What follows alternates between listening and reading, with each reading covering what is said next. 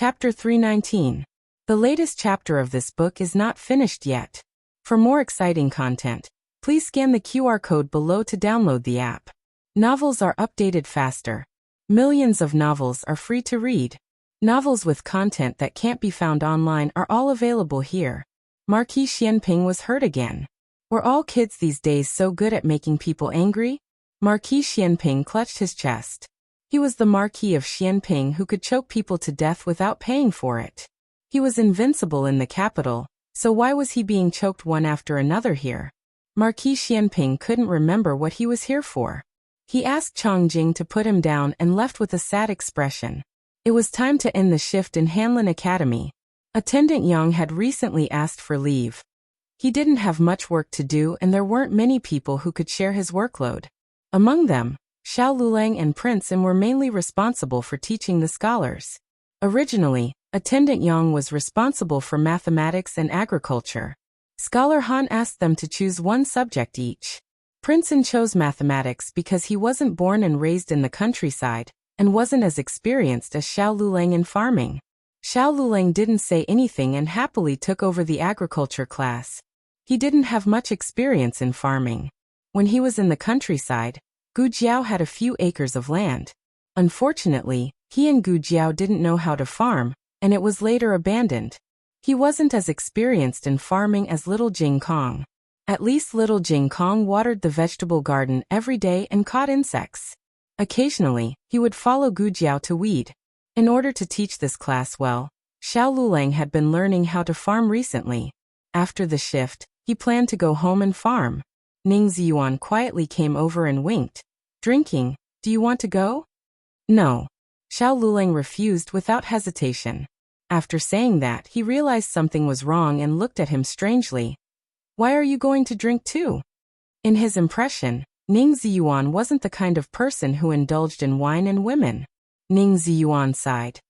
Isn't it because I want to enter the inner circle? Do you think I want to go? You've been giving lectures to the Crown Prince recently, and Attendant Yang has taken leave to stay at home. I don't think everyone is so blatantly targeting you anymore. Do you want to take this opportunity to win over a few people? Xiao Lulang paused. No, I'm going back to farm. Ning Ziyuan. Xiao Lulang left the Hanlin Academy. It wasn't too far from the Hanlin Academy to the Xuanwu Avenue. It only took half an hour to walk by the shortcut. After passing through the Imperial College, one would arrive at the vicinity of the Jadewater Alley. When he arrived at the Imperial College, he thought of something. After some hesitation, he decided to go to Minghui Hall. Outside the Radiant Hall, he unexpectedly met a familiar face, Zheng Sai. Zheng Sai had once been the substitute chancellor, and Xiao Lulang had suffered a lot from Zheng Sai when he was studying at the Imperial College. Now the old chancellor had put them back on for him. Zheng Sai stood at the door as punishment. It was as embarrassing as it could get. Zheng Sai was a fourth-rank official. His rank was higher than Xiao Liulang's. Xiao Lulang saluted him with cupped hands and then went in. Zheng Sai looked at Xiao Lulang entering the Radiant Hall that he couldn't enter so easily. He felt so wrong that he was about to cry. Why are you here today? The old chancellor was reading papers. Seeing him come over, he put down his pen. Sit down. Xiao Lulang sat down on the cushion opposite the old chancellor. I'm here today to ask you about someone. Oh, who do you want to ask about? The old chancellor asked. Someone from the palace, Xiao Lulang said. The old chancellor's expression became serious. You. Why do you suddenly want to ask about someone from the palace? Xiao Lulang hesitated for a moment and said, the person who poisoned me back then might not be Empress Dowager Zhuang. The old chancellor's eyes lit up. He was so excited that he almost stood up from the table. I knew it wasn't her.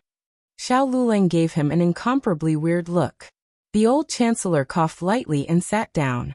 He took a sip of tea and said, what I mean is, if she really wanted to kill you, she had countless chances to do so this year. Xiao Lulang said, she doesn't remember me. The old chancellor. Why is it so hard to refute? Cough cough. Anyway, it doesn't seem like her. If she wants to kill someone, why would she leave any traces behind? He would never admit that he had any selfish motives. He and Zhuang Jin's had a pure monarch and subject relationship. Did you remember something? The old chancellor went back to the topic. Xiao Lulang nodded. He didn't say that he was stimulated by an unspeakable dream. I suddenly remembered that there was a mole on that person's left wrist. A mole on the left wrist. The old chancellor stroked his beard thoughtfully. I can still recall a mole on the face, but the wrist. Back then, he was highly regarded by the late emperor, and often went in and out of Pure Flower's palace. Occasionally he would bump into the concubines and palace maids. However, he wasn't the emperor after all and couldn't lift up the sleeves of the concubines or palace maids to look at their wrists. He originally wanted to say that he could ask his grandaunt, but when he was about to say it, he remembered that Zhuang Jin's had lost a lot of memories. Besides, even if she didn't lose her memories, she wouldn't pay attention to whether or not someone had a mole on their wrist as the Empress Dowager. Was it a eunuch or a woman? The old chancellor asked. A woman, Xiao Lulang said. It was a woman's voice, but he couldn't recall whose voice it was. He didn't even have an impression of whether it was old or young, crisp or soft. The only thing that was deeply engraved in his mind was that mole on the left wrist. A palace made from more than 10 years ago. The old chancellor sank into deep thought. After a while he grabbed his collar with a headache. That I know a person who knows the people in the palace very well. She's from the Shang Palace Bureau and often makes clothes for people. You can go and find her. Xiao Lulang looked at him with a puzzled face. Then your expression is, this. The old chancellor wanted to say something but stopped. Forget it, I'll go home with you. You can take the token and find her. I don't know if she still recognizes it after so many years. The old chancellor and Xiao Lulang left Minghui Hall. Coincidentally, the elementary school of the Imperial College was also about to end. The two waited for little Jing Kong to go home together. Little Jing Kong curled his lips. Why did brother-in-law come today? Why didn't you come from Jiaojiao? Xiao Lulang was annoyed and amused at the same time. Someone came to pick you up and you still don't like it? Little Jing Kong thought for a while and said, if you buy me candied haws, I won't dislike you. Xiao Lulang. You can continue to dislike me. Little Jing Kong. The two of them arrived home. Gu Jiao hadn't come back yet. Xiao Lulang narrowed his eyes and his eyes fell on little Jing Kong who was sitting on the threshold eating a peach cake. Do you want to go to the palace to see your grandaunt? He was a foreign minister, so it was easy to arouse suspicion if he directly went to the palace to visit Empress Dowager Zhuang. However, it was much easier if he used the identity of little Jing Kong. Little Jing Kong didn't expect that he would be used as a tool one day. He raised his face that was covered in snacks and nodded with the same serious expression as Gu Jiao's. Yes. Xiao Lulang smiled. Good boy. The aunt that Xiao Lulang wanted to see was surnamed Zhang. She was now old enough to be a nanny and was in charge of the Department of Palace Affairs. Before leaving, the old chancellor repeatedly told him, you ask Empress Dowager first. If Empress Dowager doesn't remember you, then go to see her. The implication was that unless it was absolutely necessary, he shouldn't disturb this old friend. Xiao Lulang looked at him strangely. Is it Master's wife? What Master's wife? How could it be? The old chancellor almost jumped out of anger. Don't talk nonsense. But he and Manager Zhang did indeed have a little secret that couldn't be revealed to others. He hoped that she had already forgotten about that matter. Xiao Lulang took little Jing Kong and got on the carriage to the palace. Little Jing Kong was so excited that his little head shook, which was exactly the same as Gu Jiao's happy look. People who had lived together for a long time would gradually imprint each other's expressions and habits, as if they were originally a family. The carriage continued to move forward. When it passed by the government office, the street was suddenly congested. What happened? Lu Quan craned his neck and asked. A passing directorate supervisor said, you don't know yet. Someone solved old Master Meng's chess game. Ordinary people didn't know much about it, but almost all scholars had heard of old Master Meng's chess game. There were 8 chess games that shocked the 6 countries and the world. Among the 8 games, the Qian and Kuan games were the most difficult to solve. The Qian game was known as the Heaven game, and was unsolvable. Before today, The Kuan game was also unsolvable. But the Crown Princess did it. She was the first person to solve the Kuan game in the 6 countries, which caused a great sensation in the academic and chess world. Everyone gathered here because the imperial notice commending the Crown Princess came out. The Zhao Kingdom was a lower kingdom, but it solved a chess game that even the 3 upper kingdoms couldn't solve. The Crown Princess really made the Zhao Kingdom proud. His Majesty has written a letter to the Yin Kingdom, right? Will Old Master Meng be shocked when he gets the news? Maybe he will personally guide the Crown Princess in chess. The scholar said with joy, but he didn't notice that Xiao Lulang had put down the curtain. In the crowd in front, an old beggar saw the contents of the imperial notice and shook his head. No. Old man, what's wrong? Someone asked. The old beggar said. It said that it was solved in the middle of the night. The scholar said. Yes, what's wrong? The old beggar waved his hand. Then she's not the first person to solve the Kuan game. The scholar frowned. Hey, you old man. You can eat whatever you want, but you can't say whatever you want. How is the Crown Princess not the first person to solve the Kuan game? If the Crown Princess isn't, who is? The old beggar said seriously. The one in the evening is. The latest chapter of this book is not finished yet. For more exciting content, please scan the QR code below to download the app. Novels are updated even faster. Millions of novels are free to read. Novels with connotations that can't be found online are all available here. https://www.zhhbqg.com/89642_8964286/111932102. HTML Genius memorized this website's address in 1 second. www.zhhbqg.com Biku Pavilion's mobile reading website. Chapter 320. Please scan the QR code below to download the app for more exciting content. Novels are updated faster. Millions of novels are free to read. Novels with content that can't be found on the internet are available here. Forget it. Why are you arguing with an old beggar?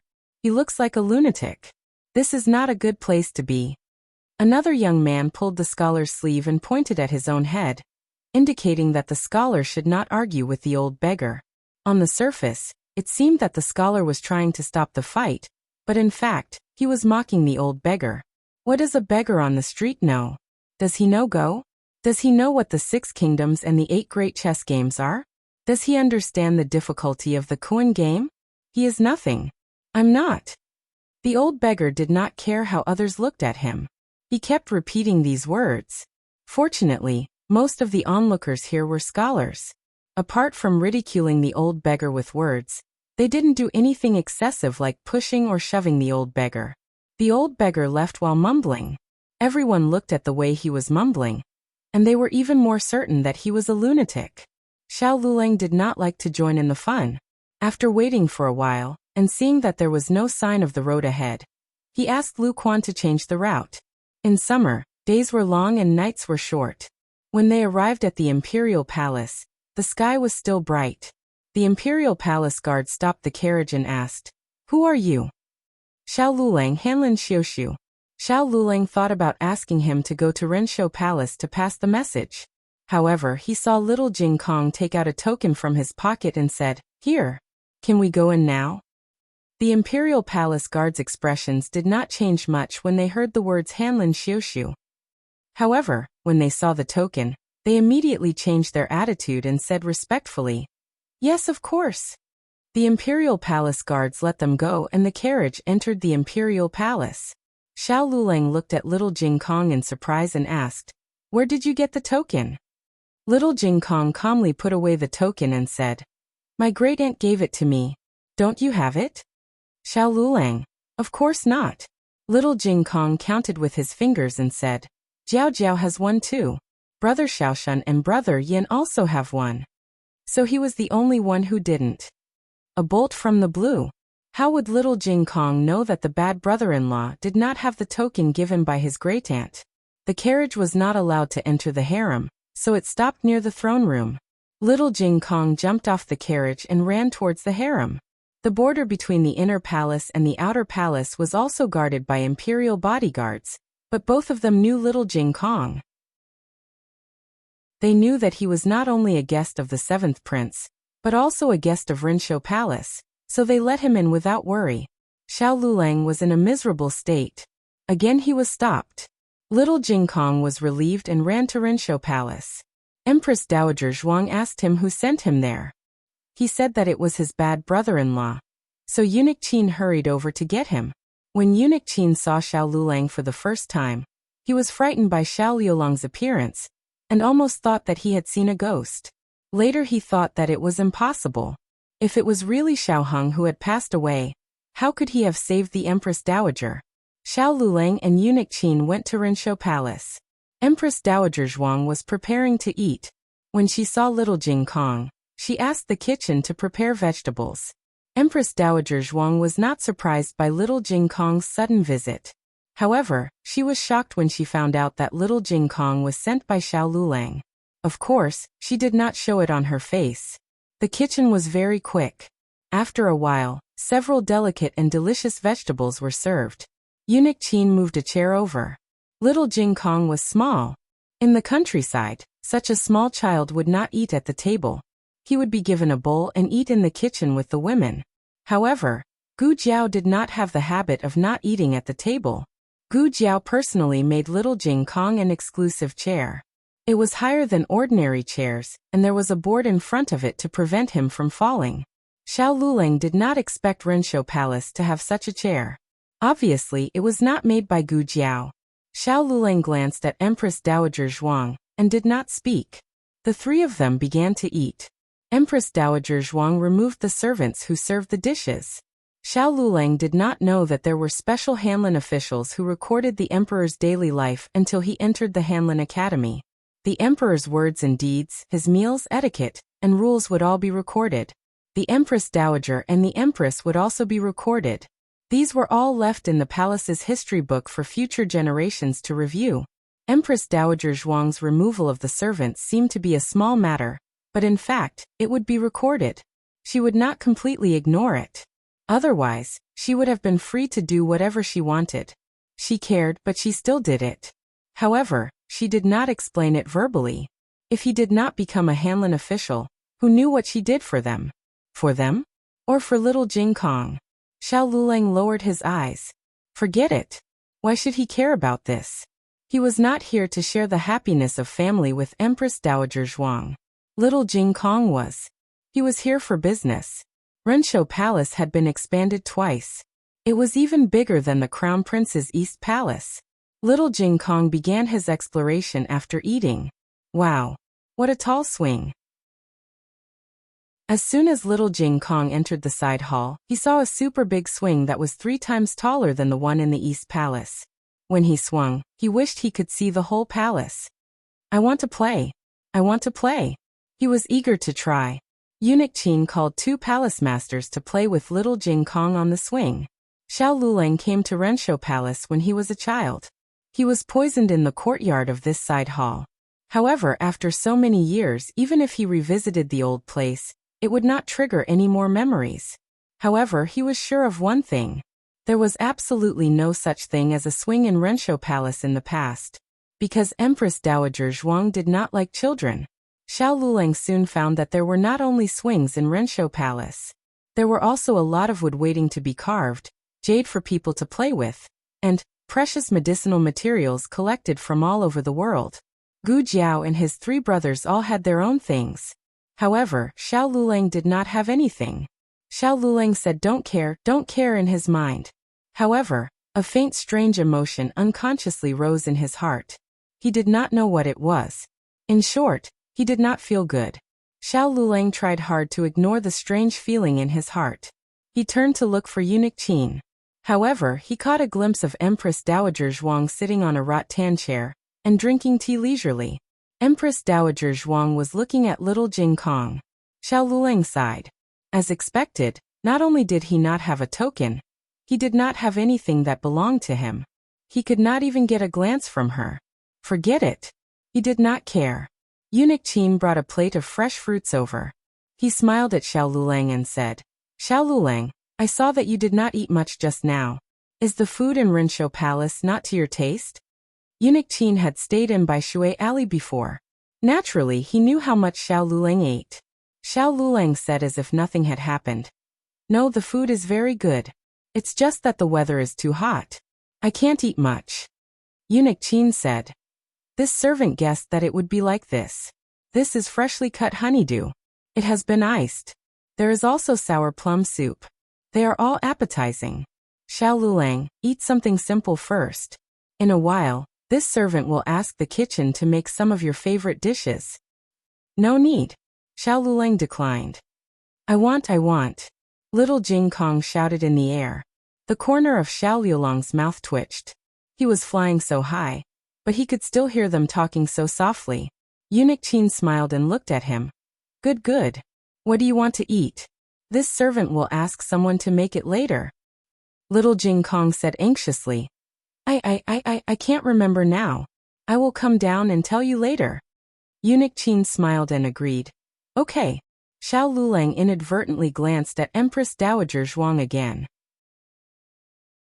Empress Dowager Zhuang was still drinking tea with her head lowered. It seemed that she had not looked at him from beginning to end. Xiao Lulang's heart was blocked again. Did she not like him that much? Xiao Lulang took a deep breath and decided to get down to business first. Eunuch Qin, can I ask you about someone? Go ahead. Do you know a palace maid or concubine with a mole on her wrist? Her left wrist. Eunuch Qin thought carefully and shook his head. I don't know and have never seen. He smiled and explained. I am a eunuch. If you ask a eunuch, I know a lot. But palace maids and concubines, I dare not keep staring at their hands. He did not ask Xiao Lulang why he wanted to ask about this. Xiao Lulang was not surprised by this answer. He didn't have much hope. Does the Empress Dowager know them? This servant will go and ask. Eunuch Qin did not say that he could ask the Empress Dowager. Since Xiao Lulang asked him, he naturally did not want to ask the Empress Dowager himself.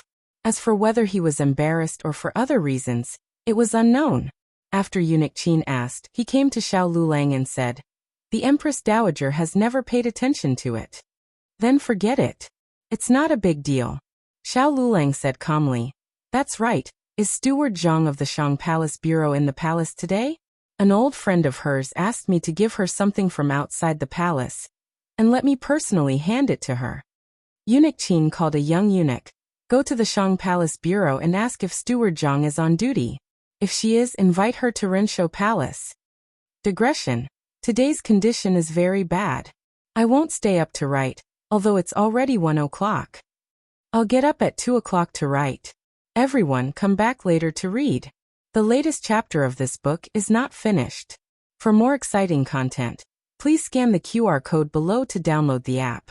Novels are updated faster. Millions of novels are free to read.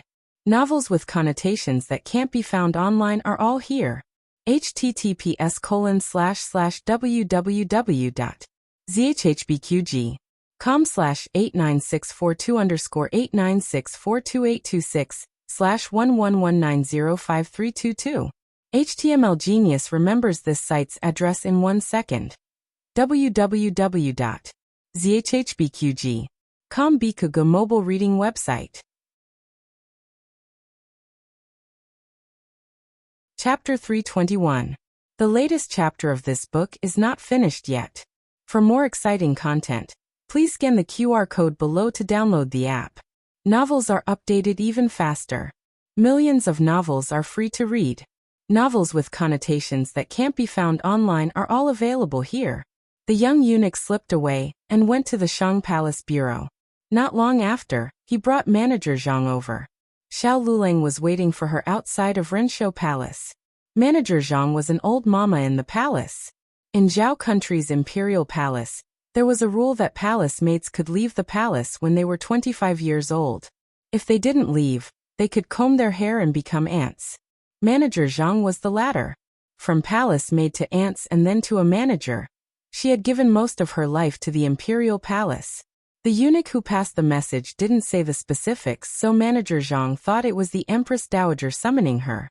She came to the entrance of Rinshou Palace, and when she saw Xiao Lulang, She was shocked for a moment, and then took a few steps back in fright. Because of her face, more than one person thought they saw a ghost. Manager Zhang was also old, so it was inevitable that she would be more scared. Xiao Lulang didn't take it to heart and said, "My surname is Lulang, written by Hanlin." Xiao Lulang? Not Xiao. Manager Zhang was about to say the name, but suddenly remembered that she was lowly and wasn't qualified to say the name of Zhao Du's young marquis. She composed herself and wiped the cold sweat on her forehead. "Sorry, I mistook you for someone else." Xiao Lulang didn't care. He took out the token that the old chancellor gave him, an inkstone that was missing a piece. When Manager Zhang saw the inkstone, her expression changed again. "You?" She wanted to say something but stopped. After a moment she asked, "Did Chancellor Hua ask you to come find me?" Xiao Lulang nodded and handed the inkstone to her. Manager Zhang took the inkstone and seemed to remember something. Her gaze became complicated. "I didn't think that he would come find me at this time. Is he okay? I heard that he returned to the capital and became the Chancellor of the Imperial College." Xiao Lulang said to her, "He is fine. Manager Zhang, don't worry." Manager Zhang smiled bitterly. "What do I have to worry about? Even if he was exiled to a bitter and cold place, he would not die in a foreign land. Naturally, he would take good care of himself." Xiao Lulang felt that the relationship between the two wasn't that simple, but it wasn't good for him to pry into other people's privacy. Manager Zhang lowered his head and looked at the inkstone in his hand. He was both angry and amused. After so many years, he still kept this lousy thing. I thought he threw it away long ago. Speaking of which, it wasn't anything valuable, so why bother keeping it? Since he let you come to me with this, it shows that he trusts you a lot. Speak. Why are you looking for me? No, wait. Why are you looking for me? He will never look for me again in this lifetime. Xiao Lulang couldn't help but sigh when he saw her face filled with so many twists and turns, but he didn't know how to comfort her. Tears flashed in Manager Zhang's eyes. She smiled and said nonchalantly, "I've made a fool of myself. Tell me, what is it?" Xiao Lulang did not beat around the bush and said bluntly, "I'm here to ask Manager Zhang about a person." "What person?" Manager Zhang asked. Xiao Lulang said honestly, "A person with a mole on her left wrist. She has been in the palace for more than 10 years. I don't know if she's a palace maid or an imperial concubine. It couldn't be Empress Xiao. Empress Xiao was his aunt and wouldn't harm him. Moreover, Empress Xiao often hugged him, and he knew what her wrist was like." Manager Zhang frowned and fell into deep thought. "I don't have any impression, but I can help you find her. As long as she hasn't been let out of the palace in these years, I can help you find her." But Xiao Lulang understood. After all, it had been more than 10 years. Every year, there would be palace maids released from the palace. If she was one of them, then it would be like a stone sinking into the ocean. But very quickly Xiao Lulang shook his head again. No, she shouldn't have been let out of the palace. Poisoning the legitimate son of Marquis Xianping was a serious crime. Once discovered, she would die without a doubt. If it was an imperial concubines couldn't leave the palace. If it was a palace maid, she must have been ordered by someone. If she did such an important thing for her master, how could her master let her leave the palace? She would either be killed or kept by his side to continue working for him. But after he was poisoned, he didn't hear about any palace maid who died in vain. That person was still alive. She was still alive in the palace. Manager Zhang asked, "More than 10 years ago?" Xiao Lulang said, 14 years ago. Ah. Manager Zhang seemed to think of something. He took a deep look at Xiao Lulang and nodded. "Then you want to find the person who entered the palace 14 years ago. Okay, leave it to me." Manager Zhang took the inkstone and left. Xiao Lulang looked at her back gradually disappearing into the night. Somehow, he inexplicably felt that her back was a little staggered and lonely. It was late and the palace was about to close. Little Jing Kong said goodbye to Empress Dowager Zhuang. Little Jing Kong said seriously, "Great aunt, you can't secretly eat candy, drink sugar water or eat fried shortbread. I will tell Jiao Jiao." Empress Dowager Zhuang looked disgusted. I know. You talk too much. Hurry up and leave." Little Jing Kong put his little hands behind his back, tilted his head and raised his eyebrows. Then don't miss me too much. Empress Dowager Zhuang said. I will only miss you if I eat too much. Bam bam bam, so noisy. Xiao Lulang walked over slowly, took little Jing Kong's hand, and said goodbye to Empress Dowager Zhuang. He and Empress Dowager Zhuang didn't have much to talk about. They looked at each other and soon looked away. Look, she didn't even want to look at him. Take the things. Empress Dowager Zhuang said expressionlessly. Oh, I almost forgot. Little Jing Kong broke free from his bad brother-in-law's hand, ran over, picked up a brocade box on the table, and ran back. Let's go. Xiao Lulang looked at the brocade box in his arms and then looked at himself, who was empty-handed, and felt 1,000 arrows in his heart. He glanced at Empress Dowager Zhuang. Empress Dowager Zhuang lowered her eyes and turned her face away. He looked at the table where the brocade box was placed. There were a lot of dazzling boxes on it, but none of them belonged to him. He took a deep breath, pressed his chest, and went out with a dark face. Empress Dowager Zhuang looked at the two of them leaving and snorted. On the way home, little Jing Kong fell asleep in Xiao Liulang's arms. He also let go of the brocade box. Xiao Lulang held him with one hand and the brocade box with the other. He had an impulse to open the brocade box and take a look. He wanted to see what Empress Dowager Zhuang gave the little guy. Why did he have it and not him? What am I thinking? Xiao Lulang was ashamed of his childishness. He shook his head and suppressed the impulse to peek at the brocade box. He had forgotten that he was only 18 years old. He was a teenager who had yet to turn 20. He didn't need to be so mature or so calm. It was already late at night when they returned to Jadewater Alley. Madame Yao and Gu Yan had both gone to bed. Senior servant Fong and Yuya had also returned to the next room to rest.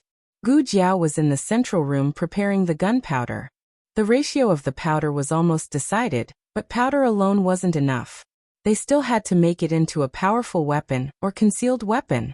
When she heard movement at the door, she put down what she was doing and walked out. You're back? Yes. Xiao Lulang nodded. Gu Jiao walked over and took little Jing Kong, who was sleeping soundly, and put him on the bed in the west room. What is this? Xiao Lulang looked at the pile of black things on the table and asked. Gu Jiao walked out, thought for a while and said, I don't know what it is. Black firecrackers? Xiao Lulang. What kind of name was that? Gu Jiao made the gunpowder into the size of a pellet, and put it in a small improved bamboo tube. Phosphorus powder was added to the small bamboo tube. Phosphorus had a low ignition point, so it would spontaneously ignite when heated by friction. It would ignite the gunpowder in the bamboo tube, and cause a small explosion. The explosion wasn't very powerful, but it was mainly used as a deterrent. However, there was also a hidden danger. What if the phosphorus powder spontaneously ignited without friction when the weather was too hot? Therefore, it still had to be improved. Gu Jiao said, I've boiled the water. You go wash up and sleep first. I'll be done in a while. Xiao Lulang thought she was making pills, so he didn't say anything. Gu Jiao continued to bury her head in the gunpowder. Seeing that he seemed to have something to say, she asked, Is there anything else? Xiao Lulang opened his mouth. No. Forget it. Let's find the person first. The next day was the day Xiao Lulang entered the palace to give a lecture to the crown prince. When he just entered the upper study room, he heard that something big happened in the imperial harem. A steward of the Shang Palace Bureau died in his room. The emperor was furious and immediately rushed to the imperial harem after the morning court. Which steward was it? Xiao Lulang asked an old eunuch in the upper study room. The old eunuch whispered, Steward Zhang, the emperor's clothes were all made by her. The emperor was still talking about her a few days ago. Xiao Lulang didn't know that Steward Zhang was actually a female official who was highly regarded by the emperor. The old chancellor didn't say anything. Of course, it could also be that the old chancellor didn't know. After all, it was a matter of the imperial harem. As a minister of the previous dynasty, it wasn't strange that he didn't know. However, he just looked for her last night, and something happened to her today. This was very strange. The latest chapter of this book isn't finished yet. For more exciting content, Please scan the QR code below to download the app. Novels are updated at a faster rate. Millions of novels are free to read. Novels with connotations that can't be found on the internet are all available here. https://www.zhbqg.com/89642_896428226/111898167. HTML Genius remembered this website's address in 1 second. www.zhbqg.com Bikugo mobile reading website. Chapter 322. The latest chapter of this book is not finished yet. For more exciting content, please scan the QR code below to download the app. Novels are updated faster. Millions of novels are free to read.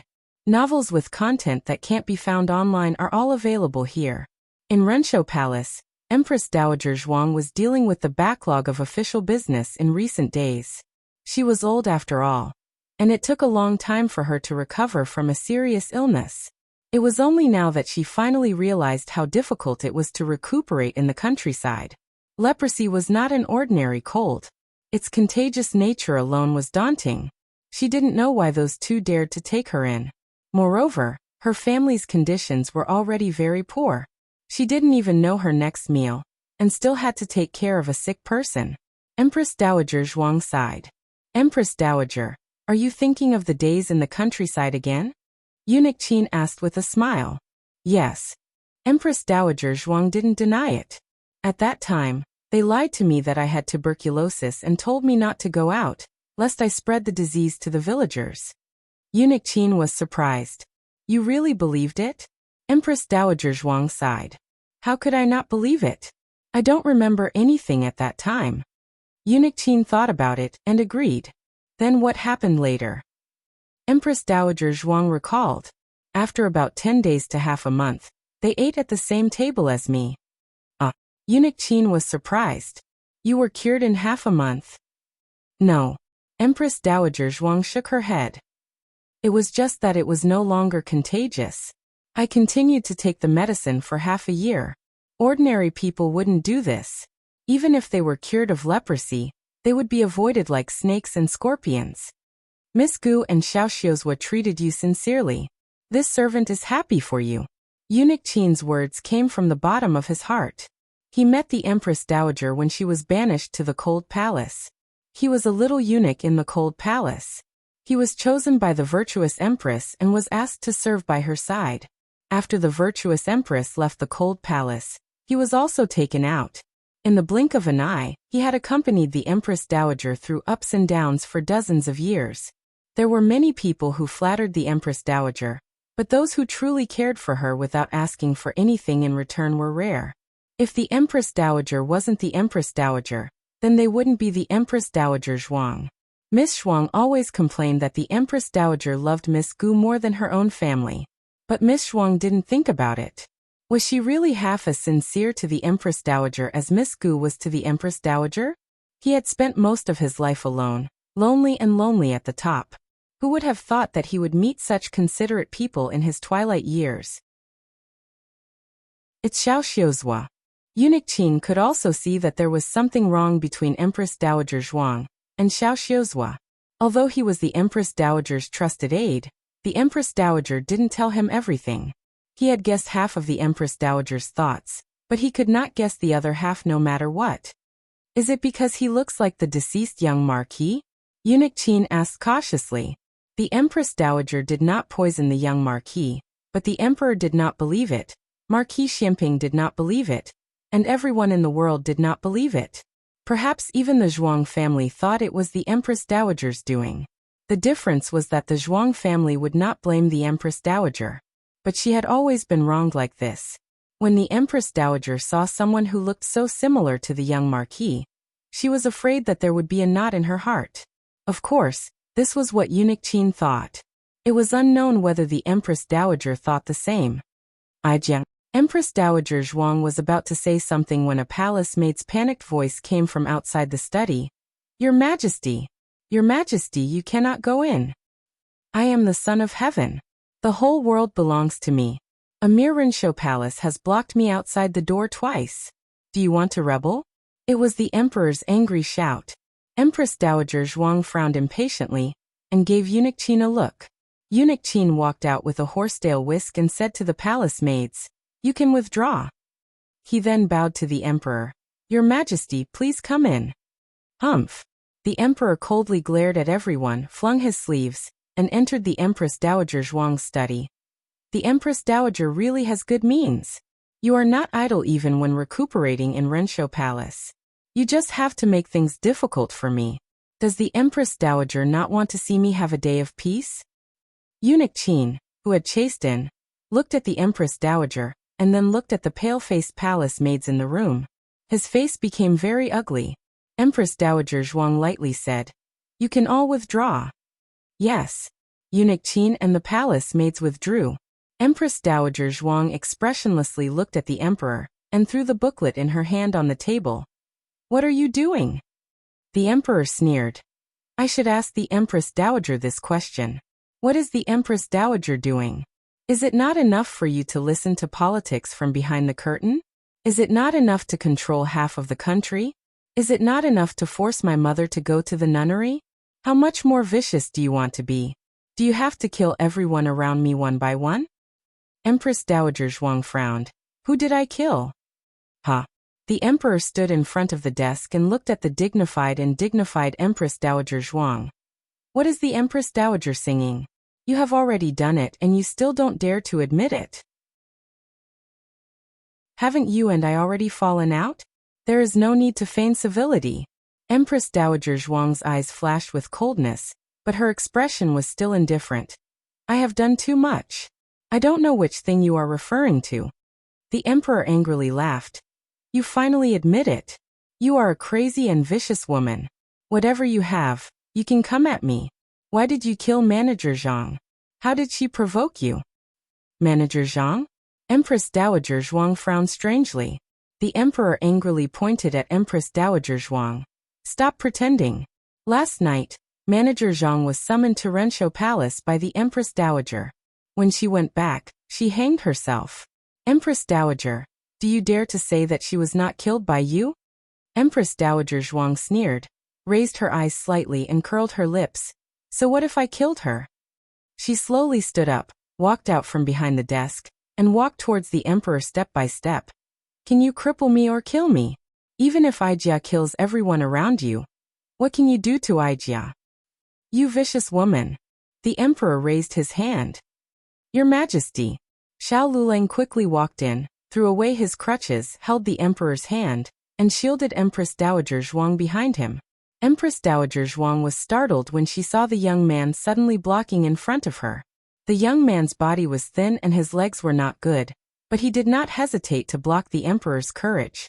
The emperor was unable to restrain his anger. "Xiao Luleng, get out of the way." "It's not the Empress Dowager," Xiao Luleng said solemnly. He did not move, nor did he let go. "It's not the Empress Dowager, it's this official. Last night, it was this official who called Manager Zhang over. It has nothing to do with the Empress Dowager." The emperor was so angry that his lungs were about to explode. "Even you are speaking for her. Each and every one of you are all on her side. Xiao Luleng, you are the new top scorer that I personally appointed." Xiao Luleng said seriously, "This official is your Majesty's official, and is your Majesty's top scorer. Because of this official does not want to see your Majesty make a mistake. Your Majesty's actions today will be recorded by historians in the future. Your Majesty is a wise ruler, and your achievements will be passed down through the ages. You cannot ruin your 100 years of reputation because of a moment of impulse." The emperor sadly and sullenly asked, "Was I wrong? Was I wrong?" Xiao Luleng said, "Your Majesty is not wrong, neither is the Empress Dowager. The one who is wrong is this official. This official shouldn't have come to find Manager Zhang. If your Majesty wants to blame someone, then blame this official. It was this official who caused her death." You. The emperor was so angry that his eyes were blood red and his entire body was trembling. Your Majesty, you have to know what happened." Eunuch Wei entered the room to persuade. His Majesty held back his emotions that could explode at any time and nodded. All right, tell me, why are you looking for Manager Zhang? How did you cause her death? Xiao Lulang couldn't say that he was investigating a case from 14 years ago. The timing wasn't right, and there wasn't enough evidence. Xiao Lulang gave it some thought and said, this official is returning something to her on behalf of someone. When I was returning it to her, this official noticed that her emotions weren't right. This was the truth. When Manager Zhang received the broken inkstone, her emotions were indeed not right. However, Xiao Lulang didn't think too deeply about it at that time. Now that he thought about it carefully, he was afraid that there was a deeper bond and relationship between Manager Zhang and the old chancellor than he imagined. Who are you delivering it on behalf of? The emperor asked. This official can't say. Xiao Lulang said. If he didn't say, wouldn't the emperor guess? How many people in the world could make him personally deliver a message to the palace? Since this person was related to Manager Zhang, then this person must be around the same age as Manager Zhang. A name was about to come out. Summon Chancellor Hua. Let go. Do you want me to summon Chancellor Hua to the Empress Dowager's bedroom? Follow me to the Imperial Study Room. Yes. Xiao Lulang then let go of his hand. The old chancellor was summoned into the palace. The emperor didn't give him and Xiao Lulang a chance to make a confession. He directly asked someone to bring Xiao Lulang away and began to interrogate the relationship between Manager Zhang and the old chancellor. The emperor also didn't tell the old chancellor that Manager Zhang was already dead. However, how shrewd was the old chancellor? He could easily guess that something had happened. When an ordinary person was interrogated about their relationship with a female official in the palace, they would try their best to deny it. After all, it was a serious crime to blaspheme a female official. However, the old chancellor felt that this matter wasn't simple. He almost didn't think much before saying that he and Manager Zhang had an unknown past. There was also a token of love between them. Last night, he asked someone to return the token to her, which could be considered as ending their relationship. If what the old chancellor said was true, then Zhang Xiu committed suicide for love. The emperor squinted his eyes suspiciously. Why did you end it? Is it because of the Empress Dowager? This official doesn't dare. This official is because I don't have much time left. The old chancellor began to pretend to be sick and act pitiful. He used all kinds of methods to pretend to be pitiful. If your majesty doesn't believe me, you can call the little divine doctor. She was the one who diagnosed my terminal illness. Coming out from the imperial study room, the old chancellor saw Xiao Lulang, who had been waiting for a long time. I'm sorry to have implicated teacher, Xiao Lulang said with guilt. The old chancellor sighed. It's not your fault. I didn't think it through. Teacher's clean reputation. The old chancellor waved his hand. I don't have any clean reputation to speak of. Even though our relationship wasn't like what I said to your majesty, but in the end, I still let her down. She is my wife's younger sister. His wife's younger sister was adopted and brought to another village when she was young. They only recognized each other when they grew up. Before his wife died, she pulled his hand and asked him to take good care of her only younger sister, Zhang Xiu. Zhang Xiu wanted to marry him, but he wasn't willing to marry her. In the end, she entered the palace in a fit of anger. He fought fiercely with Zhuang Jin's.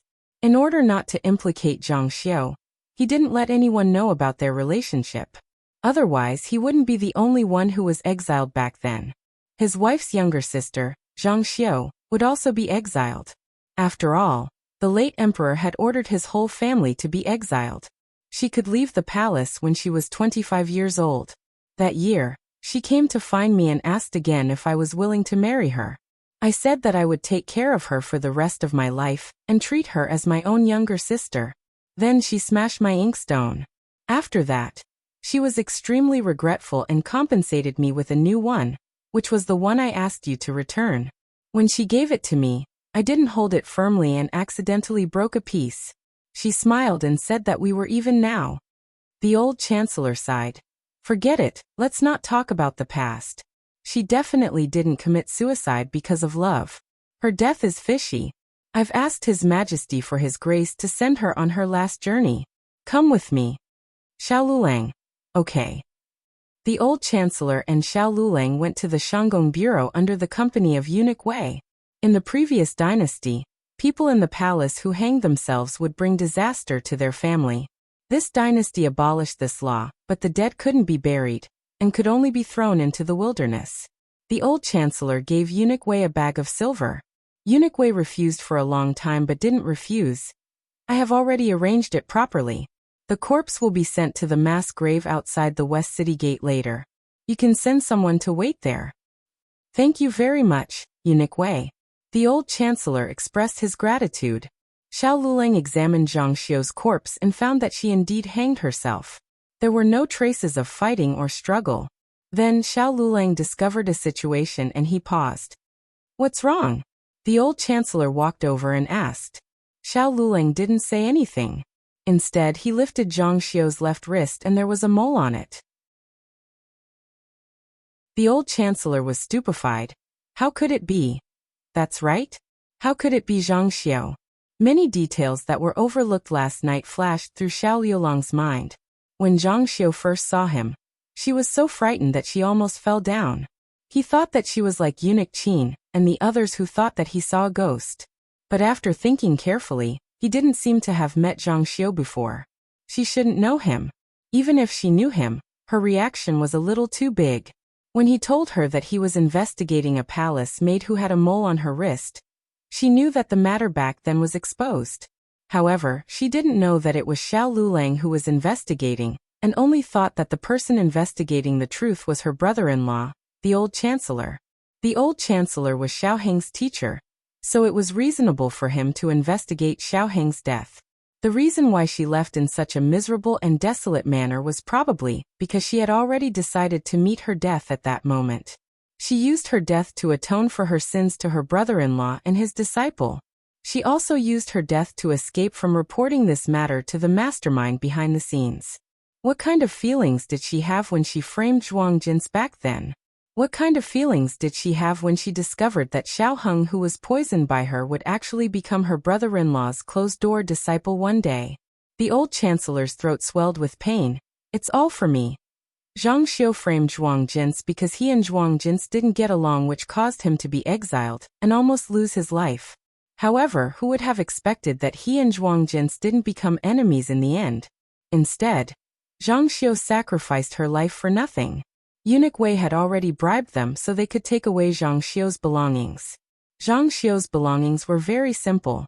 There were a few sets of clothes and a makeup box. In the box, there were a few pieces of jewelry that couldn't be any older.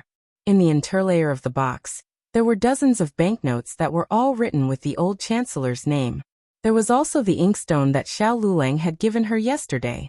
The old chancellor's eyes were red. Teacher, Xiao Lulang said softly. I'm fine. Old chancellor wiped away his tears and packed Zhang Xiu's belongings into a bag. When he walked out, he staggered a little. Xiao Lulang supported him. The old chancellor's voice trembled. I'm really fine. Clang. The inkstone slid out from the bag and smashed onto the ground. The old chancellor bent down to pick it up. Xiao Lulang said, Let me do it. He picked up the inkstone first. I'll take it. The old chancellor didn't insist. His emotions were very complicated, and his mind was in a mess. He felt that he had harmed Zhang Xiu and also Xiao Heng. He choked with sobs. You don't blame her, you blame me. It's me, she did it for me, Xiao Lulang sighed. If it's not her, there will be someone else. The one who is truly hateful is the mastermind. Teacher, don't blame yourself. What happened back then had nothing to do with you. What happened last night also had nothing to do with you. Since he wanted to investigate, he would investigate to this extent no matter what. The old chancellor had only accelerated the process by establishing a relationship with Zhang Xiu for him, and it wouldn't change the outcome. Zhang Xiu's ending was already destined when she extended her poisonous hand to an innocent 4-year-old child. He could forgive her, but the heavens wouldn't. The old chancellor went to collect Zhang Xiu's corpse and Xiao Lulang didn't follow him. Forgiveness was his greatest benevolence and he wouldn't prepare for her funeral. Xiao Lulang went to Rinshou Palace. Empress Dowager Zhuang continued to read the memorials presented by Grand Tutor Zhuang in the study room. The The memorials passed through her hands once before they were returned to the ministers and presented to the emperor in the imperial court.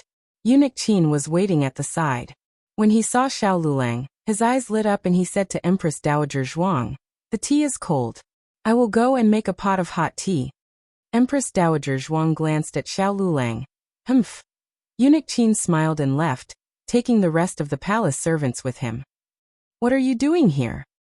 Empress Dowager Zhuang flipped through the memorials and asked indifferently. "Passing by," Xiao Lulang said. Both of them were people who would die if they explained more. No one was willing to break the ice first. "I'm leaving." It wasn't a big deal and he just came to take a look. He always knew that the Emperor and Empress Dowager Zhuang didn't have a good relationship, but he didn't expect it to be so direct. He was somewhat worried. Empress Dowager Zhuang looked at him and turned around. She cleared her throat and asked, "Why did you speak for me?" Xiao Lulang said indifferently, "There's no reason. Eating the monarch's salary and bearing the monarch's worries is the duty of a subject." Eunuch Qin, who was eavesdropping outside, was about to die from anxiety. What bullshit duty of a subject? Did speaking human language burn his mouth? I'm so anxious that I'm going to die." He wasn't this anxious even if the Emperor and Empress Dowager Zhuang were ice cold. After all, the Emperor was really infuriating. However, Xiao Xiuzhu was wholeheartedly devoted to the Empress Dowager. Eunuch Qin was really anxious that they misunderstood. They clearly cared about each other, so why did they have to act like strangers? Thud. The inkstone in Xiao Liulang's hand slipped and smashed to the ground. He bent down to pick it up, and the pouch in his arms fell out. Seeing the pouch, Empress Dowager Zhuang's eyes moved slightly. That was a birthday gift that Empress Dowager Zhuang gave to Xiao Lulang on his birthday on New Year's Eve. There was also one in Little Jing Kong. Empress Dowager Zhuang embroidered the orchid herself, but it was too ugly and looked like weeds. Thus, she had the old chancellor improve it, and embroidered it into a piece of green bamboo. Some stitches were also added to the seams. But in the end it wasn't too good-looking. Empress Dowager Zhuang snorted. "How can you still wear such an ugly thing? Don't you find it embarrassing? In any case, you are someone who has become an imperial Hanlin official." Xiao Lulang didn't say anything. He put the pouch back into his arms and continued to walk out. "Come back." Empress Dowager Zhuang opened her mouth, but didn't say the words on the tip of her tongue. If she didn't have such an awkward personality, she wouldn't have taken on so many scapegoats. Although she did do a lot of bad things. She threw away the booklet in her hand in annoyance. Her mood was terrible. Suddenly Xiao Lulang, who had disappeared, came back. He came back so quickly that Empress Dowager Zhuang didn't even have time to restrain the annoyance in her eyes. He took a deep breath as if he had gathered some kind of courage and asked in a low voice, "Why don't I have one?" Empress Dowager Zhuang was stunned. Xiao Lulang clenched his fingers and his face turned red. However, he continued to gather his courage and asked, "Why don't I have one? Why didn't Rinshou Palace prepare something for me? Do you not want me anymore?" His tone was normal, but he couldn't hide the grievance in his eyes. Empress Dowager Zhuang's heart clenched. That grievance poked at her heart and made it hurt. She lowered her eyes and said in a low voice, "Aijia, thought you didn't want it." "Why don't I want?" Before he could finish, Xiao Lulang paused. "Aijia thought you didn't want it." The amount of information in this sentence was enormous.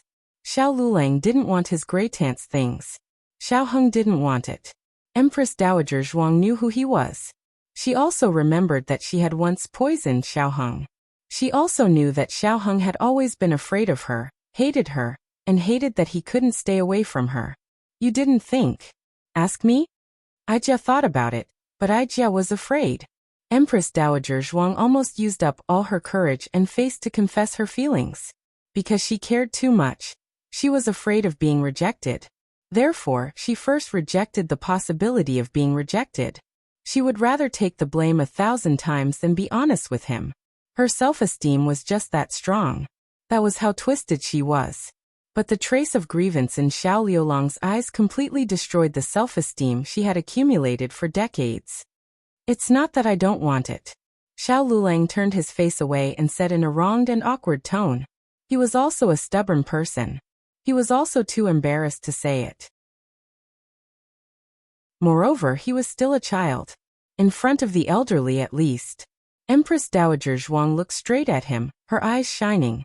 What did you say? Nothing. Xiao Lulang walked out expressionlessly.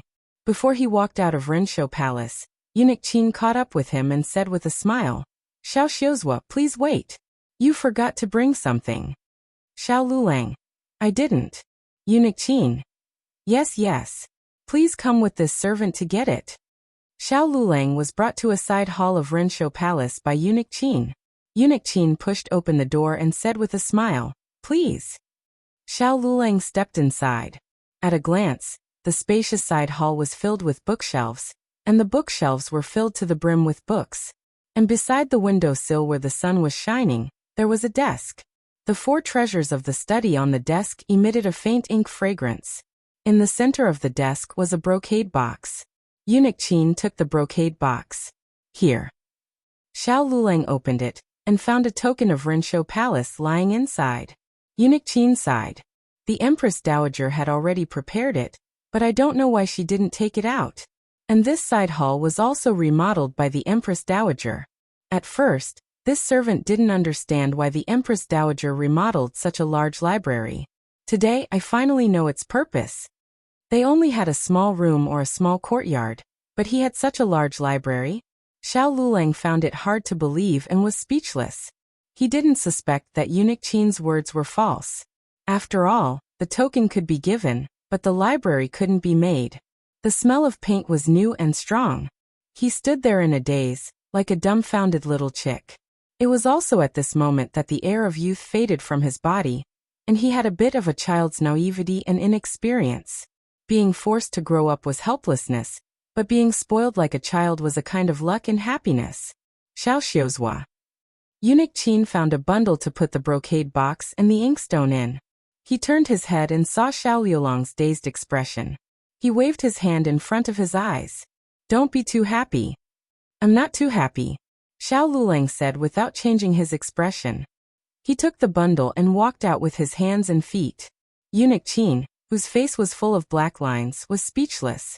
Xiao Lulang walked half of Renshou Palace with his walking stick in one hand, and the brocade box in the other. The palace maids and eunuchs of Renshou Palace were stunned. He looked like a dog, but why was he so retarded when he walked? Xiao Lulang had already left Renshou Palace, but he paused and turned back. He stood outside Empress Dowager Zhuang's study. He didn't go in. Empress Dowager Zhuang said indifferently, There's no need to thank me. Jia is mushy. Damn it, she already regretted saying so much just now. She must have been possessed to be defeated by this brat's grievances.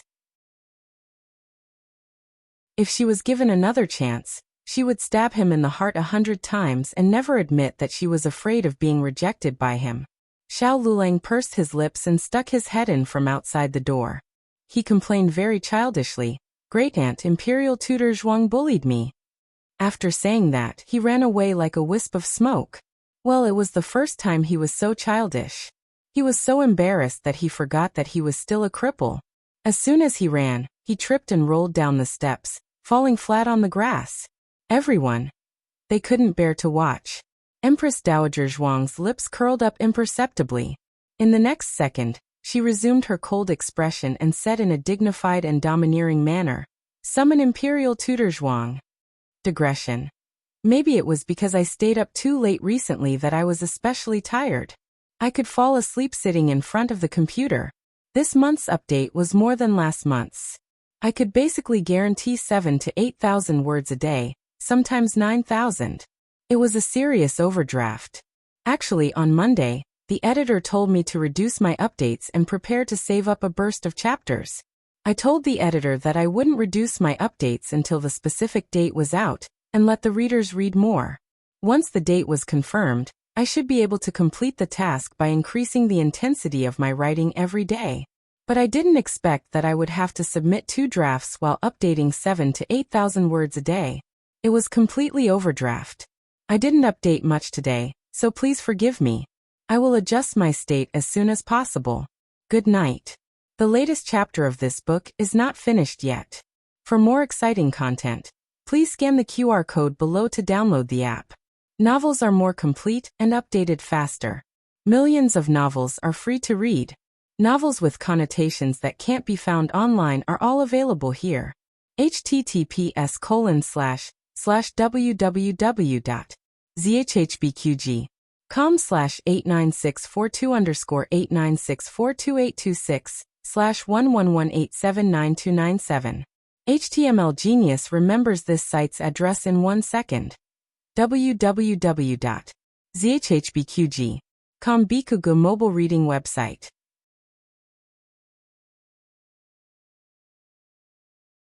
Chapter 323.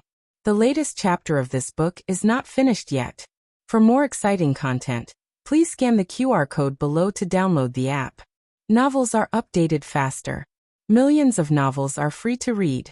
Novels with connotations that can't be found online are available here. It was inconvenient for men to enter and exit the harem. Even if they did, they had to have the emperor's imperial edict or verbal order. But obviously, Empress Dowager Zhuang had this right herself. Grand Tutor Zhuang was brought into Rensho Palace by Eunuch Qin. Eunuch Qin handled matters in a proper manner and smiled appropriately, making it difficult for people to guess the purpose of Empress Dowager Zhuang's summons. They thought it was something good.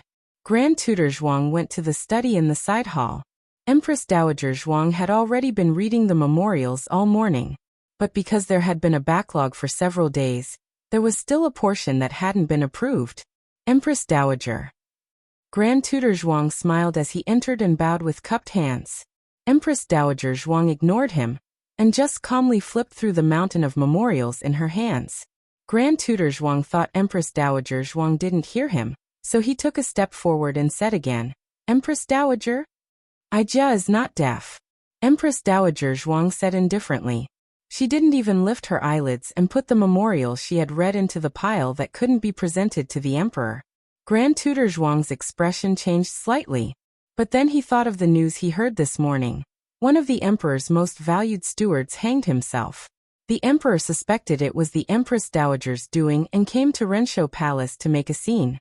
It must be because of her that the Empress Dowager's mood was not good, right? Grand Tutor Zhuang thought. Empress Dowager Zhuang read 7 or 8 more memorials before saying indifferently, "You've been very arrogant recently." Grand Tutor Zhuang was confused by these sudden words. He looked at Empress Dowager Zhuang in surprise. "Why do you say that? What did this official do wrong?" Empress Dowager Zhuang said indifferently, "Your hand has stretched too far. There are some people you can't touch." Grand Tutor Zhuang was stunned. This official doesn't understand. If you don't understand, then listen to Ijia. Empress Dowager Zhuang said coldly. The Zhuang family has 100 years of foundation. Generations of high-ranking officials. It's not an exaggeration to say that it's the capital's #1 clan. But over the years, Ijia's doting has gradually nurtured your arrogance, relying on your talents to become unrestrained. Do you think that no matter what you do, I have to take responsibility for you? That's right, I am a member of the Zhuang family and you are my maternal family. As long as I am in power, I will protect you. But have you ever thought about how long Ijia can protect you? Grand Tutor Zhuang's expression suddenly changed. Empress Dowager. Empress Dowager Zhuang said resentfully, "When the bow is full, it will break. When the water is full, it will overflow. You only see that I am like the sun in the sky, but you don't see that behind me. The building is about to collapse and a lone tree cannot support. Ijia is old, and does not have many years left to live. You are also old. The talents of the Zhuang clan have withered, and there is a shortage of young and old people. Those of the direct line of descent are all useless. Only Zhuang Yuheng is like a white jade with a slight flaw. But even this child is about to be ruined by you. Your Majesty." Grand Tutor Zhuang lifted the hem of his robe and knelt down with a face full of fear and trepidation. Of course, there was more confusion in his eyes. He didn't understand why the Empress Dowager would say this, and why she would diminish his prestige like this. Not to mention that Empress Dowager Zhuang still had at least 10 years to live. Even if she didn't, His Highness Prince Ning's wings were growing. As long as he inherited the throne, There was no need to worry about the Zhuang family not continuing its glory for 100 years. But the walls had ears. There were some words that he didn't dare to say too much. Your Majesty, don't say that. You will be blessed for 100 years. 100 years? If Ijia had not been saved by Xiao Lulang and Lady Gu, I'm afraid I would have been buried long ago. Grand Tutor Zhuang seemed to suddenly understand. He looked at Empress Dowager Zhuang in astonishment. Your Majesty is blaming me for suppressing Xiao Lulang? He is His Majesty's man. How can I allow him to grow in Hanlin Academy? Empress Dowager Zhuang slammed the booklet in her hand on the table. I don't need you to tell me who he is. Grand Tutor Zhuang was shocked by Empress Dowager Zhuang's powerful aura. He hadn't seen Empress Dowager Zhuang so angry in many years. Cold sweat broke out on his forehead. He cupped his hands and lowered his head. Qin doesn't dare. Empress Dowager Zhuang said coldly. What Ijia told you was state affairs, political affairs, and family affairs, but you only heard private matters. Ijia's painstaking efforts have been wasted. That's fine. Ijia won't speak anymore. We are siblings. Ijia will give you 8 words. Achieve scholarly achievements. Retreat bravely at the top of the stream. Grand Tutor Zhuang clenched his fists. His eyes were like torches. Retreat bravely at the top of the stream. Are the efforts of the Zhuang family's generations all wasted? The Zhuang family is at the helm of the court and has great achievements. Which part of the great Zhao country's rivers and mountains did not have our Zhuang family's contributions? Empress Dowager Zhuang's eyes were cold. Her powerful aura surged forth like a flood. The achievements belong to the Qin family. The rivers and mountains also belong to the Qin family. Saying such disgraceful words, Grand Tutor Zhuang, are you thinking of rebelling? Grand Tutor Zhuang's heart shook. After a moment of daze, he cupped his hands and said, Qin misspoke. Empress Dowager Zhuang coldly withdrew her gaze. Ijia has said everything. You can leave. Yes, Qin will leave. Grand Tutor Zhuang stood up. The hot June wind blew. He suddenly felt that his back was soaked with cold sweat. After Grand Tutor Zhuang left, Eunuch Qin entered with a cup of tea. He was guarding the door of the study, and naturally heard the conversation inside. He placed the freshly brewed hot tea next to Empress Dowager Zhuang's hand and said with emotion, I didn't expect Empress Dowager to think so far ahead for the Zhuang family. This servant's vision was too low. I thought Empress Dowager summoned Grand Tutor Zhuang into the palace only to help Xiao Xiu vent his anger. Empress Dowager Zhuang picked up the booklet and snorted. Bullshit long term. It was just words. If Ijia only told him one thing, no matter how small it was, it would still be a big matter. If Ijia told him several big things, Liulong's matter would become a small matter. Since it is a small matter, there is no need to fuss over it. Eunuch Qin's face was full of bitterness and hatred. This servant is stupid. Empress Dowager Zhuang's mind flashed with the image of someone complaining and falling down. She was in a good mood and had a bit of patience with Eunuch Qin. Ijia heard that you recently raised a little turtle? Eunuch Qin smiled. You are really well informed. Empress Dowager Zhuang said lightly. It's not that Ijia is well informed. It's that the little turtle crawled to Ijia's feet that day. Ijia looked at it and found it unfamiliar. It was different from the ones you raised before. Eunuch Qin didn't have any other hobbies other than raising tortoises. As the saying goes, a 1,000-year-old turtle is a 10,000-year-old turtle. This turtle was a tortoise. A tortoise's life was longer than a turtle's. He thought that if he raised a tortoise, he might be able to live a long life. Empress Dowager Zhuang said lightly, that one is well raised. Stew it in the evening. Eunuch Qin's expression changed greatly. What? You can't bear to part with it? Empress Dowager Zhuang sighed. Recently, Ijia has been in conflict with these tortoises. The Taoist priest said that eating one would solve the evil spirit. If I can't, I can only send them all away. From now on, Renshou Palace is not allowed to raise tortoises anymore. Eunuch Qin felt wronged. Then this servant will take to Quan and stew it for you. Who wants to eat that thing? Empress Dowager Zhuang was making an analogy with him. Eunuch Qin was instantly enlightened. Xiao Xiuzhu is that little tortoise. Empress Dowager Zhuang's cold gaze shot over. Who is the tortoise? Ija thinks that you are the old tortoise. Cough cough. Eunuch Chin was embarrassed. This servant's mouth is slippery. This servant doesn't know how to speak. This servant is a tortoise, but... He returned to the topic. This move of yours is quite clever. Empress Dowager Zhuang sneered. Was it brilliant? How could her words not be sincere? It was just that the Zhuang family didn't want to retreat in the face of the current, and couldn't retreat in the face of the current. They couldn't get out of this whirlpool for a long time. Today, the Imperial College and Qinghe Academy were dismissed early. Nan Xiang and Master Lu had to go out for 3 days. Therefore, Gu Xiaoshan and Gu Yin didn't need to go over to learn. The 3 little men gathered at home. Last night, little Jing Kong had already fallen asleep when he returned from the palace. His grand-aunt didn't have time to distribute the gifts that she brought. When he left in the morning, he forgot about it. He only remembered it now. Little Jing Kong carried the brocade box out and ran to the central room. Grand-aunt told me to bring it. The things that his grand-aunt told him to bring were usually for everyone. Yao Shi sat in the hall to enjoy the cool air. She smiled as she watched the children play in the central room. She felt that these days were lively and beautiful. It was a life that she didn't even dare to dream of in the past 10 years. I can't open it. Little Jing Kong's grip was too weak. Let me. Gu Xiaoshan rolled up his sleeves and pried open the box. The box wasn't big. After all, it was too big for little Jing Kong to carry. However, it wasn't small either. There were a lot of things inside. The 3 little heads squeezed together and looked at the gifts in the brocade box. Little Jing Kong took out the gifts one by one. Cat's eye stone, this is Brother Yan's. Gemstone knife, this is Xiaoshuan's. Silver needle, Jiao. Golden alms bowl, mine. Then there was an embroidery album. It was obviously for Yao Shi. Bad brother-in-law doesn't have it. Little Jing Kong shook his head and said, so pitiful.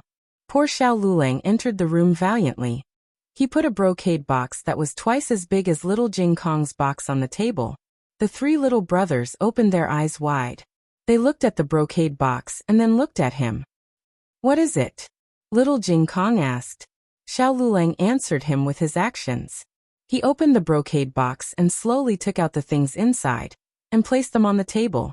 The first was the token of Rinshou Palace. The second was a fist-sized luminous pearl. The third was an inkstone made of 10,000-year-old warm jade. After that, his movements were elegant and unhurried. It took him a full quarter of an hour to take out all the little things inside. The table was full of gifts. The 3 little boys stared at him with their eyes wide open. Little Jing Kong was dumbfounded. Is it from Grand-aunt? There were so many good things. Little Jing Kong asked, which one is for me? Xiao Lulang extended his slender, jade-like fingertips and circled around the gifts. He picked up a blinding golden lock. This is mine. Little Jing Kong swallowed his saliva. He picked up the 10,000-year-old warm jade inkstone and said, mine. Gu Yin swallowed his saliva. He picked up an emerald Turkic knife and said, it's also mine. Gu Xiaoshan swallowed his saliva. It's still mine. It's mine again. It seems like they're all mine. He suddenly became the biggest nouveau riche in the family. After showing off his trophies, Xiao Lulang put the last token of Rinshou Palace into the brocade box. Then he arrogantly returned to the room. Everyone. Why did they suddenly feel that their brother-in-law was asking for a beating today? Gu Jiao didn't know about her husband's childish behavior. She just came out of the clinic and got on the carriage to Immortal Music House. She wanted to know who was behind Immortal Music House. She had a feeling that the person behind Immortal Music House had something to do with the person who wanted to assassinate her. At the same time, she also suspected that Yuan Tang had an extraordinary accomplice in the capital. In short, the key to everything was in Immortal Music House. Gu Jiao's Immortal Music House token hadn't been taken away by Imo Qianxue. She used the token to enter Immortal Music House very smoothly. She still changed into a noble young master's attire. She wore a silver half-face mask, which appropriately covered her silhouette. The only troublesome thing was that her clothes were too tight around her chest. It couldn't be helped. Apart from her height, her figure couldn't be hidden if it wasn't tight. But it was really hot. Gu Jiao wiped the sweat on her forehead with her sleeve and walked towards the center of the hall. She didn't plan to directly find the girl from last time. She just wanted to walk around and listen. Everyone loved beauty. It had to be said that the girls in Immortal Music House were all like people in paintings, very pleasing to the eye. Gu Jiao walked around casually. Suddenly, a peony flower fell on her shoulder. This was an old rule of Immortal Music House. The one who was hit by the flower was the one who caught the girl's eye. He would have the honor of being the girl's guest. This time, it was a girl dressed in yellow. She had beautiful eyebrows and a beautiful face. She was charming but not out of the ordinary, beautiful but not seductive. The girls in Immortal Music House didn't have the air of a prostitute. They were proficient in zither, chess, calligraphy, painting, poetry and songs. There were even some who were proficient in eight-legged writing and arithmetic. It was an honor to be chosen by them. Gu Jiao looked at the peony flower in her hand and hesitated for a moment. In just a moment, the maid of the girl dressed in yellow came downstairs. She respectfully bowed to Gu Jiao. "Young master, my family's miss invites you." Although this girl was on the second floor, after she threw the flower at her, no one else dared to throw flowers at her. One must know that last time, she was almost drowned by the flowers. Gu Jiao didn't think that her charm was gone. It should be that this girl's status in Immortal Music House wasn't simple. Okay, then it's her.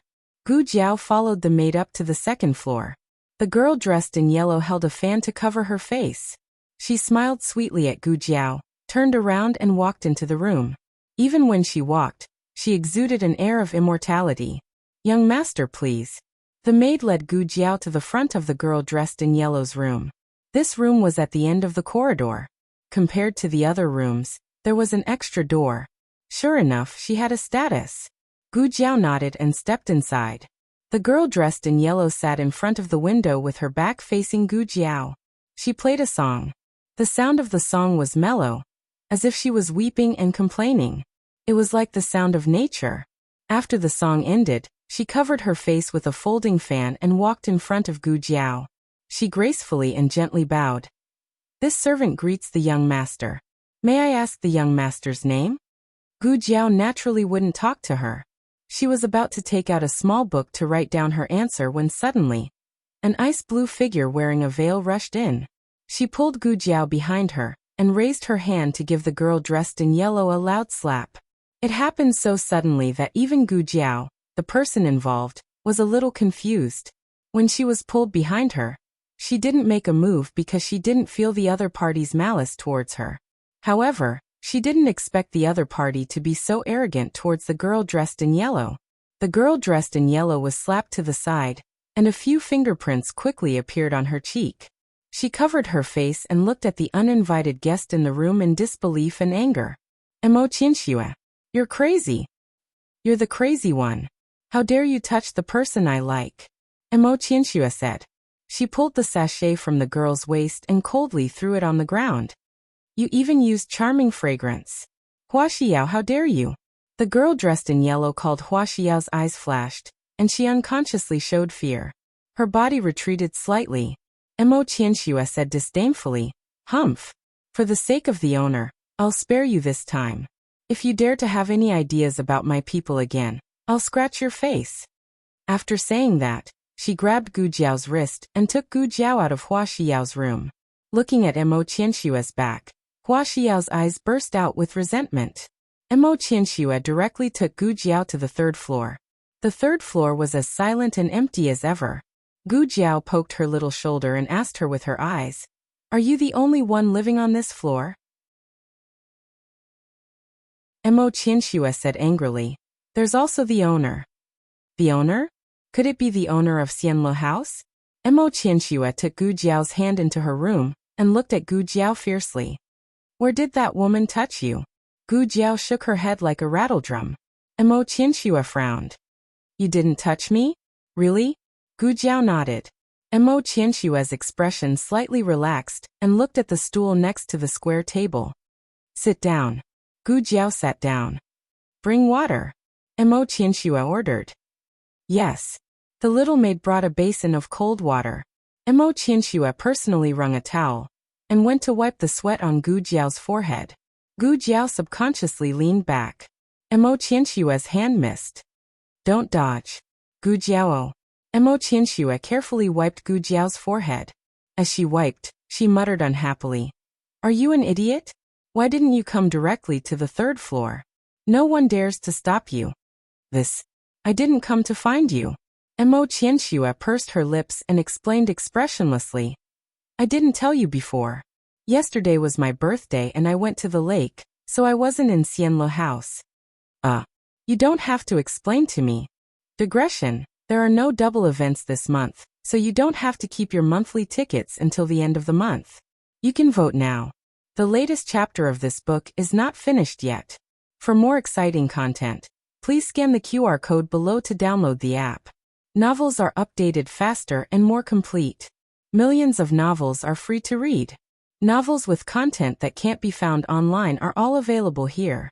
https://www.zhbqg.com/89642_8964286/111853516. HTML Genius memorized this website's address in 1 second. www.zhbqg.com Bikugo mobile reading website.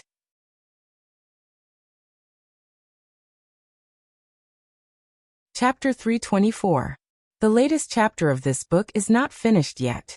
For more exciting content, please scan the QR code below to download the app. Novels are updated faster. Millions of novels are free to read. Novels with content that cannot be found online are available here. After all, Gu Jiao was not a real man. There was no such thing as male and female touching. However, Gu Jiao was not used to being so close to others. When Mo Qianxue finished wiping her forehead and was about to wipe her neck, she grabbed her wrist. Mo Qianxue glared at Gu Jiao and raised her other hand to take off Gu Jiao's mask. Gu Jiao also grabbed her wrist. Mo Qianxue knew martial arts, but she was not as good as Gu Jiao. She could not move. She said angrily, I know. I won't touch you. You do it yourself. Gu Jiao let go of her hand. Mo Qianxue rolled her eyes and snorted. She threw the towel to Gu Jiao. Gu Jiao wiped the sweat off her neck. The weather was really hot. It was even hotter with the towel wrapped around her chest. Wearing the mask was like adding heat to heat. Luckily, Mo Qianxue's room was facing a good direction. It was warm in the winter and cool in the summer. There was also a basin of ice. Otherwise, Gu Jiao might really have gotten a heat stroke. Gu Jiao put the towel back into the copper basin. A servant girl came in to take it away. Xiao Wu, are there any more lychees that arrived this morning? Mo Qianxue asked. The servant girl called Xiao Wu said, There are. This servant will bring them for Miss. Not long after, Xiao Wu brought in a plate of iced lychees. The lychees were all big and plump. They were bright red, as if they had just been plucked from a tree. The capital did not produce lychees. They were all sent from the south. Not only did the horses have to be fast enough, they also had to change the ice along the way. If they were not careful, the lychees would spoil when they reached the capital. These were very luxurious fruits. Gu Jiao had only eaten them at Rinshou Palace. She heard from Madame Yao that even the Marquise Fu had a hard time getting these fruits. Who would have thought that such luxurious fruits could be eaten in a small brothel? Gu Jiao looked at the lychees and did not move for a moment. If you don't eat it yourself, are you waiting for me to peel it for you? Mo Qianxue snorted.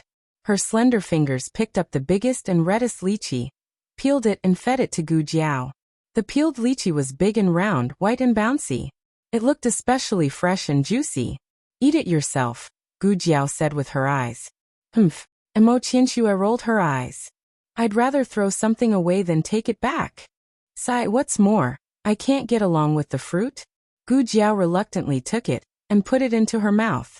She had been a little heady recently, so she couldn't eat too many lychees. Mo Qianxue's eyes lit up again when she saw her eat. She rested her right elbow on the table and rested her index finger on her delicate chin. She looked at Gu Jiao with a smile and said, Young master, why did you suddenly come looking for me? Did you miss me? Gu Jiao took out a small notebook and scribbled. I didn't come looking for you. Mo Qianshua's face darkened. She snatched the notebook and crossed out the word no. Then she wrote yes and added a sentence at the end. I miss you very much. She then threw the notebook back to Gu Jiao. Gu Jiao. How could this work? Mo Qianxue raised her brows. Did you use the fruit I gave you last time? Did you find the culprit? Gu Jiao nodded, then shook her head. Mo Qianxue frowned. What do you mean? Did you find the culprit or not? Gu Jiao scribbled. Half. Yuan Tang was the culprit, but Yuan Tang couldn't have done it alone. Gu Jiao felt that he had a helper. Then I can't do anything. Mo Qianxue spread her hands. I just happened to overhear their conversation, and picked up one of their fruits. So Yuan Tang and the culprit exchanged information at Immortal Music House. Immortal Music House wasn't a place where just anyone could enter. The culprit was either a guest or a member of Immortal Music House. There was even the possibility that the culprit was the owner of Immortal Music House. Gu Jiao scribbled. Who's the owner of Immortal Music House? You're asking about the owner? Mo Qianxue leaned closer to Gu Jiao and looked at Gu Jiao with a half-smile. There was a teasing look in her eyes, but there was also a trace of vigilance. Why are you asking about this? Gu Jiao scribbled. I'm just curious. If it's not convenient to say, then forget it. This was what it meant to retreat in order to advance. Mo Qianxue pursed her lips and said uninterestedly. Actually, I don't know. I've only seen the owner twice, and it was through a screen. I don't even know what the owner looks like. A dignified courtesan didn't even know the owner's true appearance. The culprit was really hiding too deeply. Gu Jiao thought of what Mo Qianxue had said when she was teaching the yellow-clothed woman a lesson. For the sake of the owner, I'll spare you this time. She wrote. What's the relationship between Hua Xiao and the owner? You even remembered that little b** tch's name. Mo Qianxue immediately exploded. Gu Jiao was speechless. How was she supposed to answer this? Mo Qianxue said angrily. Have you taken a fancy to that little b** th? Gu Jiao scribbled. She's so ugly, it's hard to forget her. Hearing Gu Jiao call her ugly, Mo Qianxue laughed. Her anger instantly disappeared. She said proudly, her relationship with the owner isn't that great. She only served the owner for a few days. The owner saw that she was somewhat beautiful and asked me to teach her well. Don't worry, she won't dare to bother you again. Gu Jiao nodded. She had one last question. Is the owner a man or a woman? Mo Qianxue said. Of course the owner of Xianle House is a woman. Could it be you stinky men? I won't work myself to death for a stinky man. Women work themselves to death. Gu Jiao remembered these two important clues. Mo Qianxue couldn't get any more information. Gu Jiao got up and left with the excuse that it was already late. Mo Qianxue pursed her lips, her eyes showing that she still wanted to continue. However, she probably had other plans for the evening, so she didn't ask Gu Jiao to stay. She walked Gu Jiao downstairs. When they reached the corner of the stairs, she suddenly pulled Gu Jiao's sleeve. At least tell me your surname. Gu Jiao wrote. Gu. Young Master Gu. Mo Qianxue murmured this name and smiled. Not bad. When she and Gu Jiao passed by the stairs of the second floor, they unexpectedly met Hua Xiao. Hua Xiao was obviously a little afraid of Mo Qianxue. She lowered her head, stepped aside, and slightly bowed. Mo Qianxue snorted coldly. She didn't even look at her and walked Gu Jiao downstairs. Hua Xiao touched her still aching face, her eyes full of resentment. Mo Qianxue, wait and see. You won't always be so lucky. The little maid stepped forward and said to Hua Xiao. Miss Hua, the shadow guard just sent a message.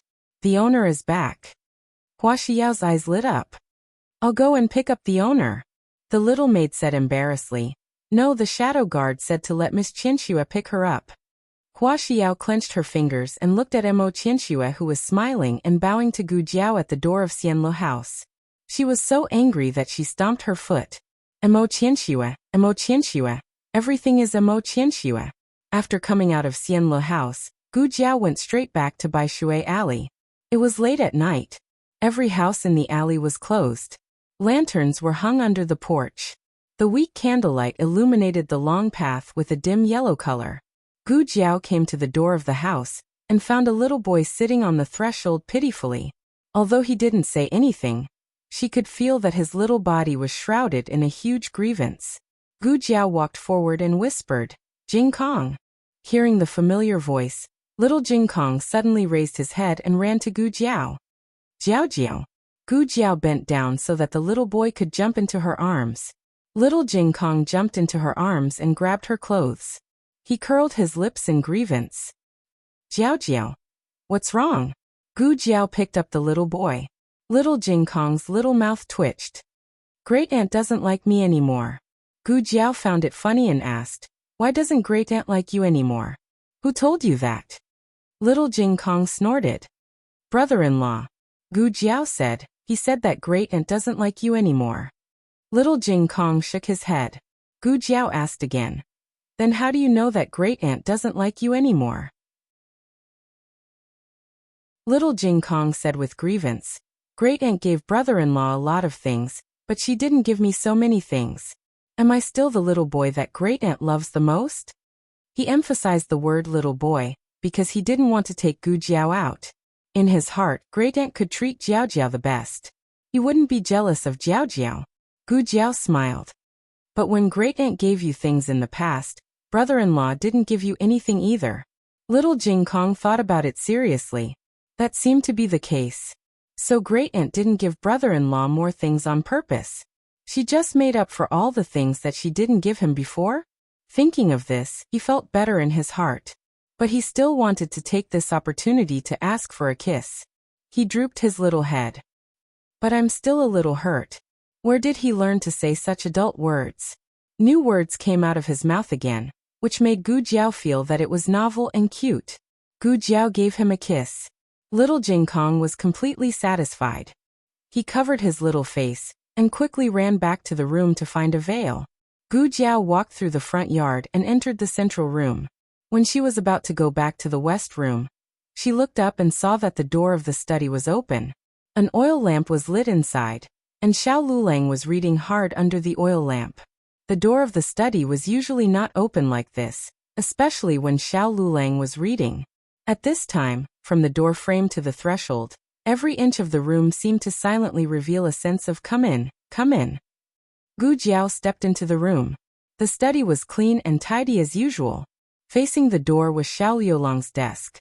Little Jing Kong often used it nowadays.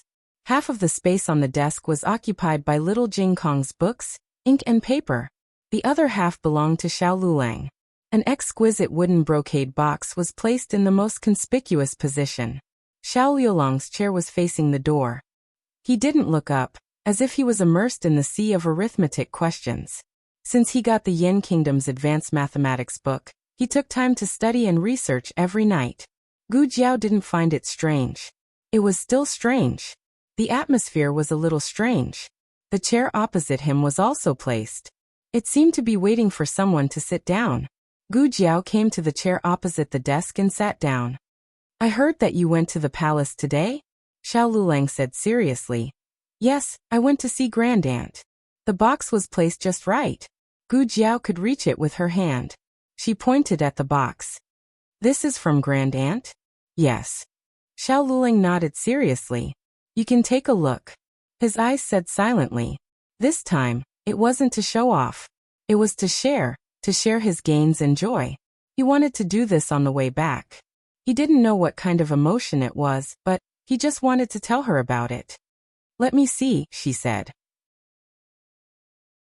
Xiao Lulang nodded seriously. Gu Jiao opened the brocade box. She looked at the things in the brocade box, but Xiao Lulang was looking at her. This reminded him of when he was a child.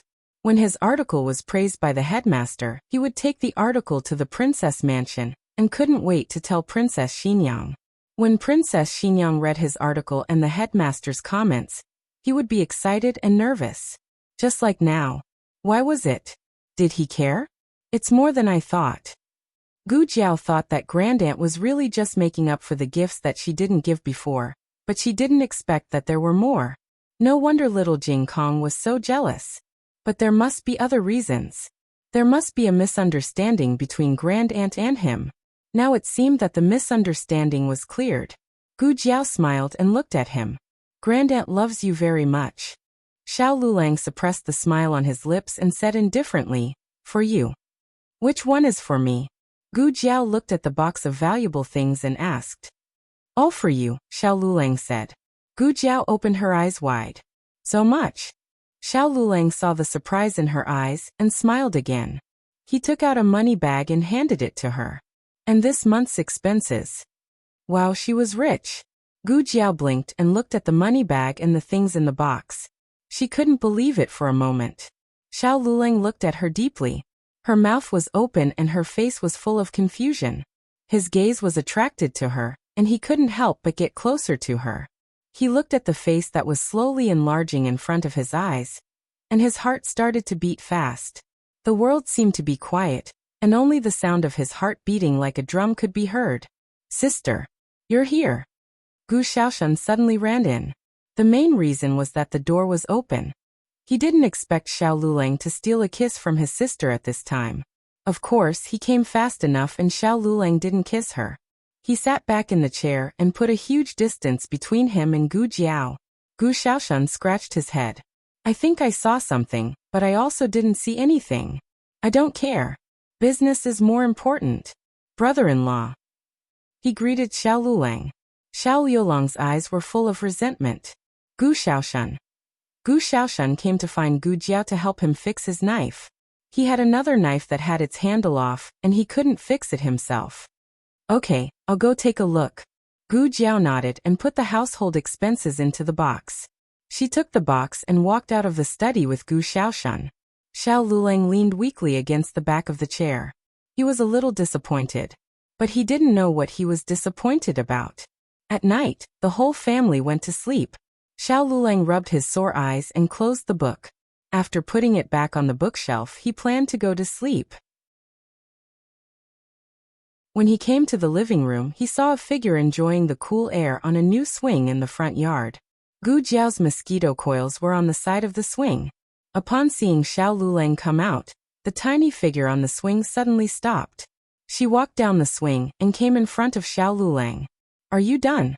Xiao Lulang looked at her in surprise. You're not asleep yet? He paused and asked. Are you waiting for me?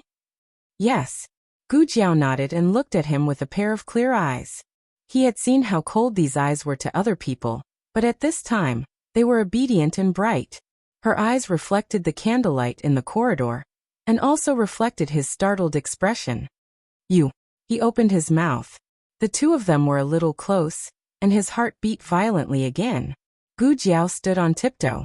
You've grown taller. She had to stand on tiptoe to reach you. Xiao Lulang looked at her face that suddenly came close to him. His eyes moved and his heart almost jumped out of his chest. He covered his heart and tried to calm down. You. Gu Jiao maintained her tiptoe position and looked at him obediently. Didn't you just think about it? Think about what? Xiao Liulang's blood rushed to the top of his head. He wasn't really a fool. How could he not understand what she was talking about? She found out.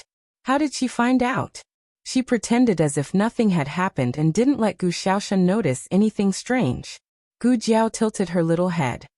If you don't want it, I'm leaving. As she spoke, she put down her tiptoe and turned back to her room. However, before she could take a step, Xiao Lulang grabbed her wrist. His palm was hot, and with an irresistible force he brought her to him. He clasped her wrist with one hand and hugged her slender and soft waist with the other. His breathing became irregular. He raised his hand to cover her eyes and gently lowered his head. The moonlight was shy, and the room was filled with tenderness. At dawn, little Jing Kong woke up as usual. The first thing he did was to take off the veil wrapped around his face and head. Then, he looked at his little face in the bronze mirror. Actually, there was nothing on his face. My darling is budding. He ran out and came to the backyard. He scooped half a ladle of water and put it on the stone bench. He grabbed a few drops of water with his fingers and gently sprinkled them on his little face. Are you washing your face, Jing Kong? Nanny Fong asked with a smile. Little Jing Kong corrected her. I'm not washing my face, I'm watering my darling. Nanny Fong laughed heartily. Xiao Lulang came out of the kitchen with a basin of water in his hand. He put the basin on the stone table, scooped up the water and splashed it on his face. He didn't even let go of his mouth. Little Jing Kong snorted. "Are you washing your face too?" Xiao Lulang raised his eyebrows and said, "No, I'm watering my darling." Little Jing Kong. Digression. Today is another day that my bad brother-in-law deserves a beating. 23333. The latest chapter of this book is not finished yet. For more exciting content, please scan the QR code below to download the app. Novels are updated faster and more frequently. Millions of novels are free to read. All the novels that can't be found on the internet are available here. https://www.zhhbqg.com/89642_896/111823506.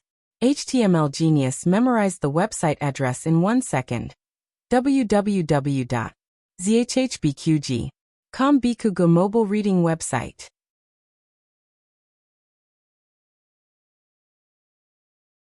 Chapter 325. The latest chapter of this book is not finished yet. For more exciting content, please scan the QR code below to download the app. Novels are updated faster and more frequently. Millions of novels are free to read. Novels with content that can't be found online are all available here. The capital gradually entered midsummer, and it started to get hot early in the morning. There were classes at the Imperial College and Qinghe Academy today, so little Jing Kong and Gu Xiaoshan woke up early. Gu Yan was lazing in bed as usual. He had a habit of lazing in bed and had a bad morning temper. He was only happy when Gu Jiao woke him up. But today Gu Jiao didn't wake him up. He woke up by himself. He woke up from the heat. That was not the main point. The main point was that after he woke up, he lay on the bed and waited for Gu Jiao to wake him up. However, after waiting for so long, even when the flowers had withered, only Gu Xiaoshan came. Gu Xiaoshan pushed open the door and said strangely, "Aren't you going to get up? It's time for breakfast. Don't be late." Baby Yin was unhappy. Baby Yin turned over bitterly and muttered, "Where's my sister? Did she go to see a doctor?" Gu Xiaoshan pointed to the courtyard and said, "Oh no, she's over there." Ha! Gu Yin sat up and got out of bed. He walked to the door in his shoes and looked in the direction Gu Xiaoshan pointed. But what did he see? Gu Jiao and Xiao Lulang were talking in the courtyard. She raised her head slightly and looked at the morning light. Her eyes were bright and the corners of her lips were slightly curved. He didn't know what they were talking about, but her eyes were curved into 2 crescent moons. So she forgot to wake him up because she was talking to his brother-in-law? Gu Yan felt sour in her heart. But there was more to come. Gu Jiao was in a good mood today. She personally cooked a table full of delicious dishes, all of which were Xiao Liulang's favorite. Xiao Lulang had recently become fond of spicy food. In fact, the 3 people from Little Jing Kong also liked spicy food, but they preferred spicy and sour food. The 3 of them were numb to the point that they had nothing left to live for. They leaned back in their chairs soullessly. If Gu Yan got angry, the consequences would be dire. He snorted and said, "I want tofu pudding. The salty kind." There was no tofu pudding at home, but there was at the market. It was still early, and the market was not far away. 15 minutes later, Gu Jiao returned with the salted bean curd. Then Gu Yan watched expectantly as Gu Jiao walked past him with the bowl of salted tofu pudding. Gu Jiao brought the tofu pudding into Xiao Liulang's study and looked at him. "Your tofu pudding." Xiao Lulang. I didn't ask for tofu pudding." Gu Yan stood outside the study and exploded. It's me. This is the tofu pudding that I wanted. Ah. I'm so angry." The room was dimly lit. The doors and windows were closed, and all the curtains were drawn. Only a small ray of light shone through the gap between the curtains. A small figure stood in the endless darkness. His eyes were sharp, and his aura was strong and powerful. You must have seen that the situation has become very serious.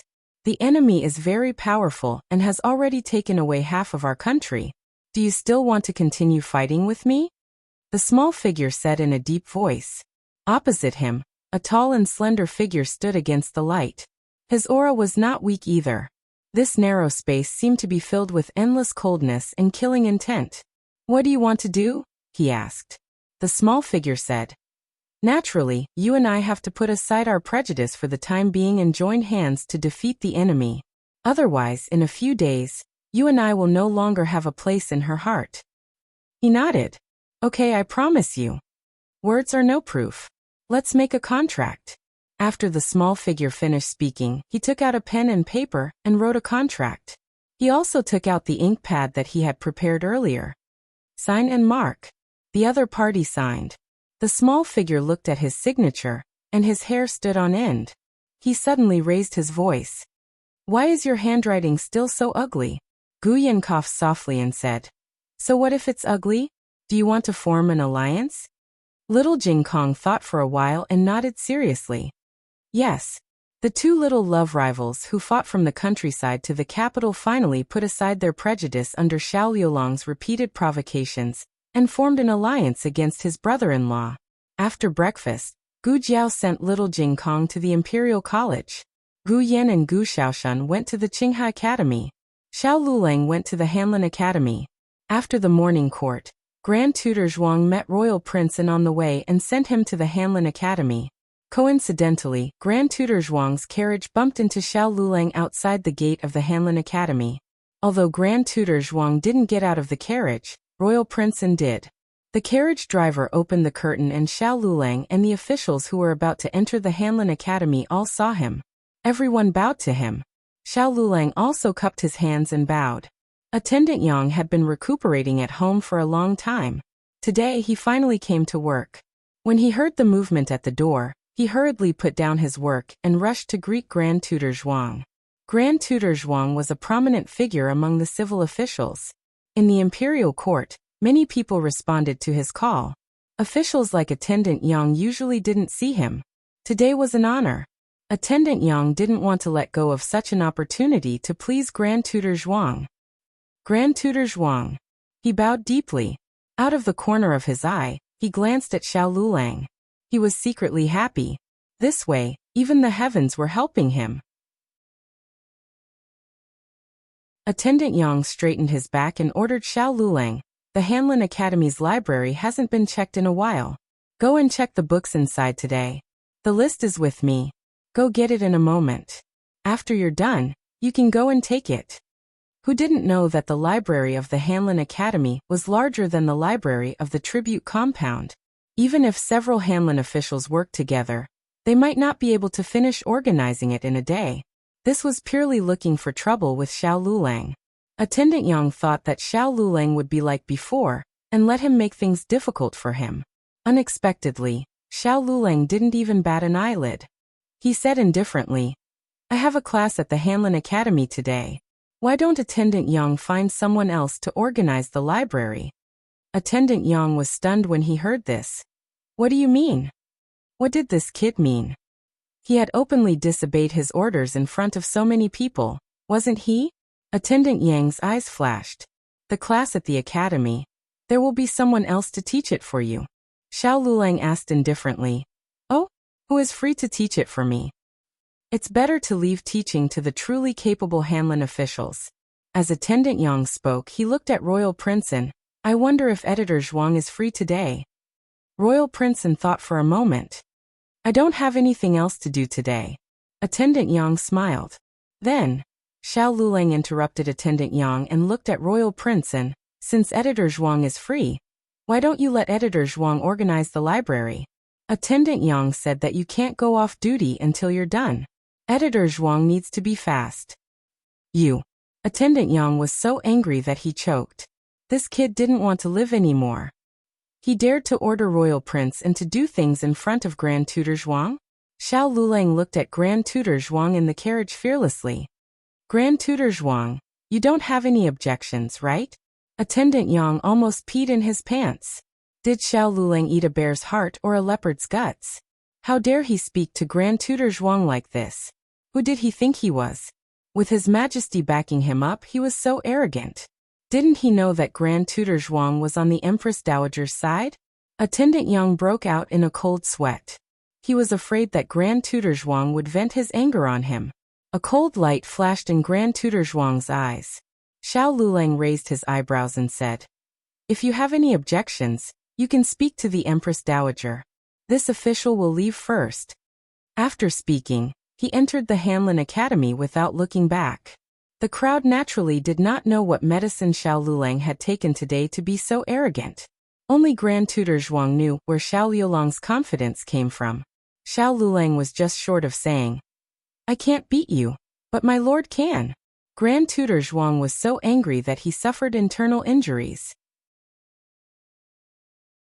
Grandfather. Royal Prince and looked at Grand Tutor Zhuang strangely. He also felt that Xiao Lulang was too strange today. Grand Tutor Zhuang suppressed his boiling anger and said word by word, "Go tidy up the library." Royal Prince was stunned. "Grandfather?" Grand Tutor Zhuang didn't reply. He put down the curtain and let the carriage leave coldly. Grand Tutor Zhuang was very angry at Xiao Lulang. Even after returning to the Fu, his anger didn't lessen. "Master." The steward brought over a pot of tea. He already understood what happened from the coachman. He advised, "Please calm down. You are the Empress Dowager's relative. That Xiao Lulang is just relying on the fact that he saved the Empress Dowager's life to intimidate her. He will fall into your hands sooner or later." Unless Xiao Lulang never entered the cabinet in his life, he would fall into Grand Tutor Zhuang's hands. Grand Tutor Zhuang gritted his teeth and said, "It's fine if he's just intimidating her." But the Empress Dowager really came to support that brat. The steward didn't know the details and thought that the Empress Dowager was just temporarily deceived. He continued to advise, "Don't be angry. Don't you have an appointment with Grand Secretary Yuan later? The marriage proposal has already been matched. The royal prince and the daughter of the Yuan family are a match made in heaven." When this was mentioned, Grand Tutor Zhuang's expression finally eased. Fortunately, the Empress Dowager was in charge of everything. She didn't care who hung or married. With this marriage with the Yuan family, the Zhuang family's position in the imperial court would become even more stable. Grand Tutor Zhuang took a sip of tea and said, "I remember Grand Secretary Yuan told me to bring Hung, or to meet him. In a while, go to the Hanlin Academy and tell Hung, or not to return home after his duty ends. He can go directly to the Qingfeng house." The steward replied, "Yes. In Zhao country, the marriage proposal was the first step in marriage. If the 8 characters didn't clash, then the marriage proposal could begin. However, Grand Secretary Yuan loved his granddaughter and promised to let her take a look. If the man's appearance was decent, then he would immediately agree to the marriage." Grand Tutor Zhuang was full of confidence in his grandson's appearance, so he obviously wasn't worried that the Yuan family would look down on him. Moreover, this marriage was mainly decided by Grand Secretary Yuan's opinion. Letting his granddaughter take a look was only his final compromise as a grandfather. Whether or not she liked Grand Secretary Yuan, he would still facilitate this marriage. However, no one expected that the steward who was serving at the Qingfeng house in the evening would have the coachman bring back news, saying that Grand Secretary Yuan had terminated the marriage proposal. What? How could this be? Grand Tutor Zhuang stood up from his chair. The coachman said with a trembling voice, I don't understand either." The steward didn't say much. "It seems quite serious. Why don't you make a trip yourself?" The steward didn't say much because it wasn't convenient for him to say anything. Could it be that something big had happened? Grand Tutor Zhuang hurriedly rushed to the Qingfeng house. Grand Secretary Yuan just happened to come out of the Qingfeng house with an ice-cold expression. Grand Tutor Zhuang cupped his hands like a colleague and politely greeted him. "Grand Secretary Yuan." "Humph." Grand Secretary Yuan coldly glared at Grand Tutor Zhuang. "I truly didn't expect the Zhuang family to be filled with nobility to raise such a despicable person. In the past, this official made an error of judgment. Grand Tutor Zhuang, you're on your own now." Grand Tutor Zhuang was completely confused. What was this all about? How was this related to being despicable and making an error of judgment? Grand Secretary Yuan didn't feel like paying him any more attention. With a step, he got into the carriage and left. "Where is the royal prince?" Grand Tutor Zhuang asked with a calm expression. He's upstairs." The coachman hurriedly brought Grand Tutor Zhuang to the second floor. The second floor had already been cleared out by the steward, leaving only the relevant people. When Grand Tutor Zhuang arrived at the agreed-upon room, he unexpectedly ran into someone he never expected to see. Marquis Gu. Grand Tutor Zhuang frowned. The old Marquis had also just arrived. He had come up the stairs from the other side. The old Marquis's expression wasn't very good when the two unexpectedly met. Grand Tutor Zhuang was just about to enter the room, but the old Marquis beat him to it.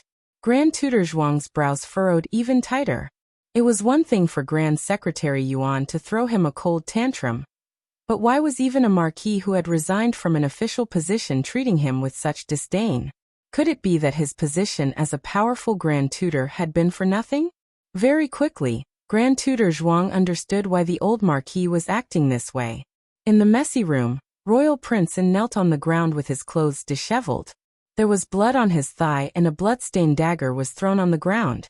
Beside him was Gu Jinyu, who was curled up and shivering. Gu Jinyu was wrapped in blankets and sobbing uncontrollably. Bastard! The old Marquis went forward and lashed out with his whip, hitting Royal Prince An's body. Royal Prince An didn't dodge and took the hit. His clothes were tattered and his chest was lacerated. Stop! Grand Tutor Zhuang shouted. However, he didn't stop and gave Royal Prince An another lash. Royal Prince An had some skills, but he wasn't an expert. The old Marquis's whip reached the bone. After a few lashes, Royal Prince An fell to the ground and spat out a mouthful of blood. Gu Chao, stop! Grand Tutor Zhuang rushed over and stood in front of Royal Prince An. He looked at the old Marquis furiously. Are you trying to kill someone in front of the Emperor? Let's talk things over. The old Marquis trembled. Talk things over? Your good grandson tarnished my Marquis's daughter's reputation. If I ask someone to do the same to your Zhuang family's daughter, will you talk things over with me? Grand Tutor Zhuang looked at the half-dead Royal Prince and then at the girl who was wrapped in blankets and crying silently. He clenched his fists and asked the steward, what happened? This matter started from when Royal Prince An went to the appointment. After Royal Prince An finished his shift, he went to Qingfeng restaurant with the steward of the Zhuang residence and waited for the Yuan family in the reserved room. Grand Tutor Yuan met an official from the cabinet downstairs and chatted with him for a while. Yuan Baolin went upstairs first. But who would have thought that Royal Prince An would send the servants away to drug Yuan Baolin? Yuan Baolin opened the window and escaped. Royal Prince An's drug was still in effect. Coincidentally, the Gu family's daughter was passing by and Royal Prince An caught the Gu family's daughter and brought her and molested her. It was only molestation, not possession, but it was enough to ruin a girl's reputation and chastity. What was called misfortune never comes singly. This was it. Grand Tutor Zhuang seriously suspected that he had forgotten to look at the almanac when he left today. Otherwise, how could he have been so unlucky all day? There must be something fishy about this matter. Grand Tutor Zhuang believed in his grandson's character. Hung or would not do this sort of thing. The old Marquis angrily shouted, he is your grandson. Of course you will side with him. But seeing is believing.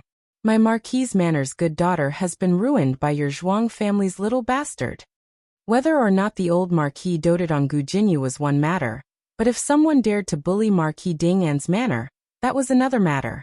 Moreover, even if the one to suffer today was not Gu Jinyu, but some other good family's daughter, he would still whip in Jun Wang. He was too much of a bastard. The old Marquis could not take this lying down. Grand Tutor Zhuang also could not take it lying down. A perfectly good marriage had been ruined like this. Not only did he offend Grand Secretary Yuan, but he also became entangled with Marquis Ding and manor. He did his best to suppress his anger and cupped his hands to the old Marquis. He endured the humiliation and said, I ask old Marquis Gu to remain calm. Give me a bit of time to investigate the truth. No matter what the truth is, I will give Marquis Ding and manor an explanation. After the old Marquis took Gu Jinyu away, the housekeeper helped Royal Prince An sit in a chair. He then tore off a piece of cloth to wrap around Royal Prince An's injured leg. Grand Tutor Zhuang's eyes were about to spit fire. His fists were clenched so tightly that they cracked. The veins on his forehead throbbed. Housekeeper, when something happened to the royal prince, where were you? How did you allow to be alone with the Yuan family's daughter? The housekeeper's body trembled. Royal Prince An's face was pale. His bloodless lips slightly parted. It was I who had the housekeeper go to the kitchen to rush the dishes. It had nothing to do with the housekeeper. Is that so? Grand Tutor Zhuang's sharp gaze fell on the housekeeper's face. The housekeeper guiltily lowered his head. Of course, he wasn't sent away by Royal Prince An. He was called away by someone else. But he couldn't tell that person. He had promised Royal Prince An. He glanced at Royal Prince An without batting an eyelid. Royal Prince An had lost too much blood, and his body was on the verge of collapsing. He used his remaining strength to say, "It's my fault. I could tell that Miss Yuan didn't have any feelings for me, so I came up with this plan. I planned to cook the rice and force Miss Yuan to marry me." Grand Tutor Zhuang didn't believe him. "Then where did you get the medicine? Don't tell me that Qing Fenggang sells it." He couldn't have discovered her feelings at that time. If he had gone to buy the medicine then, it would have been too late. Royal Prince An weakly said, "I bought it in advance, just in case I needed it." Grand Tutor Zhuang flew into a rage. "Zhuang Yuheng. The latest chapter of this book isn't finished yet. For more exciting content, please scan the QR code below to download the app. Novels are updated at a faster rate. Millions of novels are read for free. Novels with connotations that can't be found online are all available here. https://www.zhbqg.com/89642_8964286/111796096. HTML Genius memorized this website's address in 1 second. www.zhbqg.com Bikugo mobile reading website.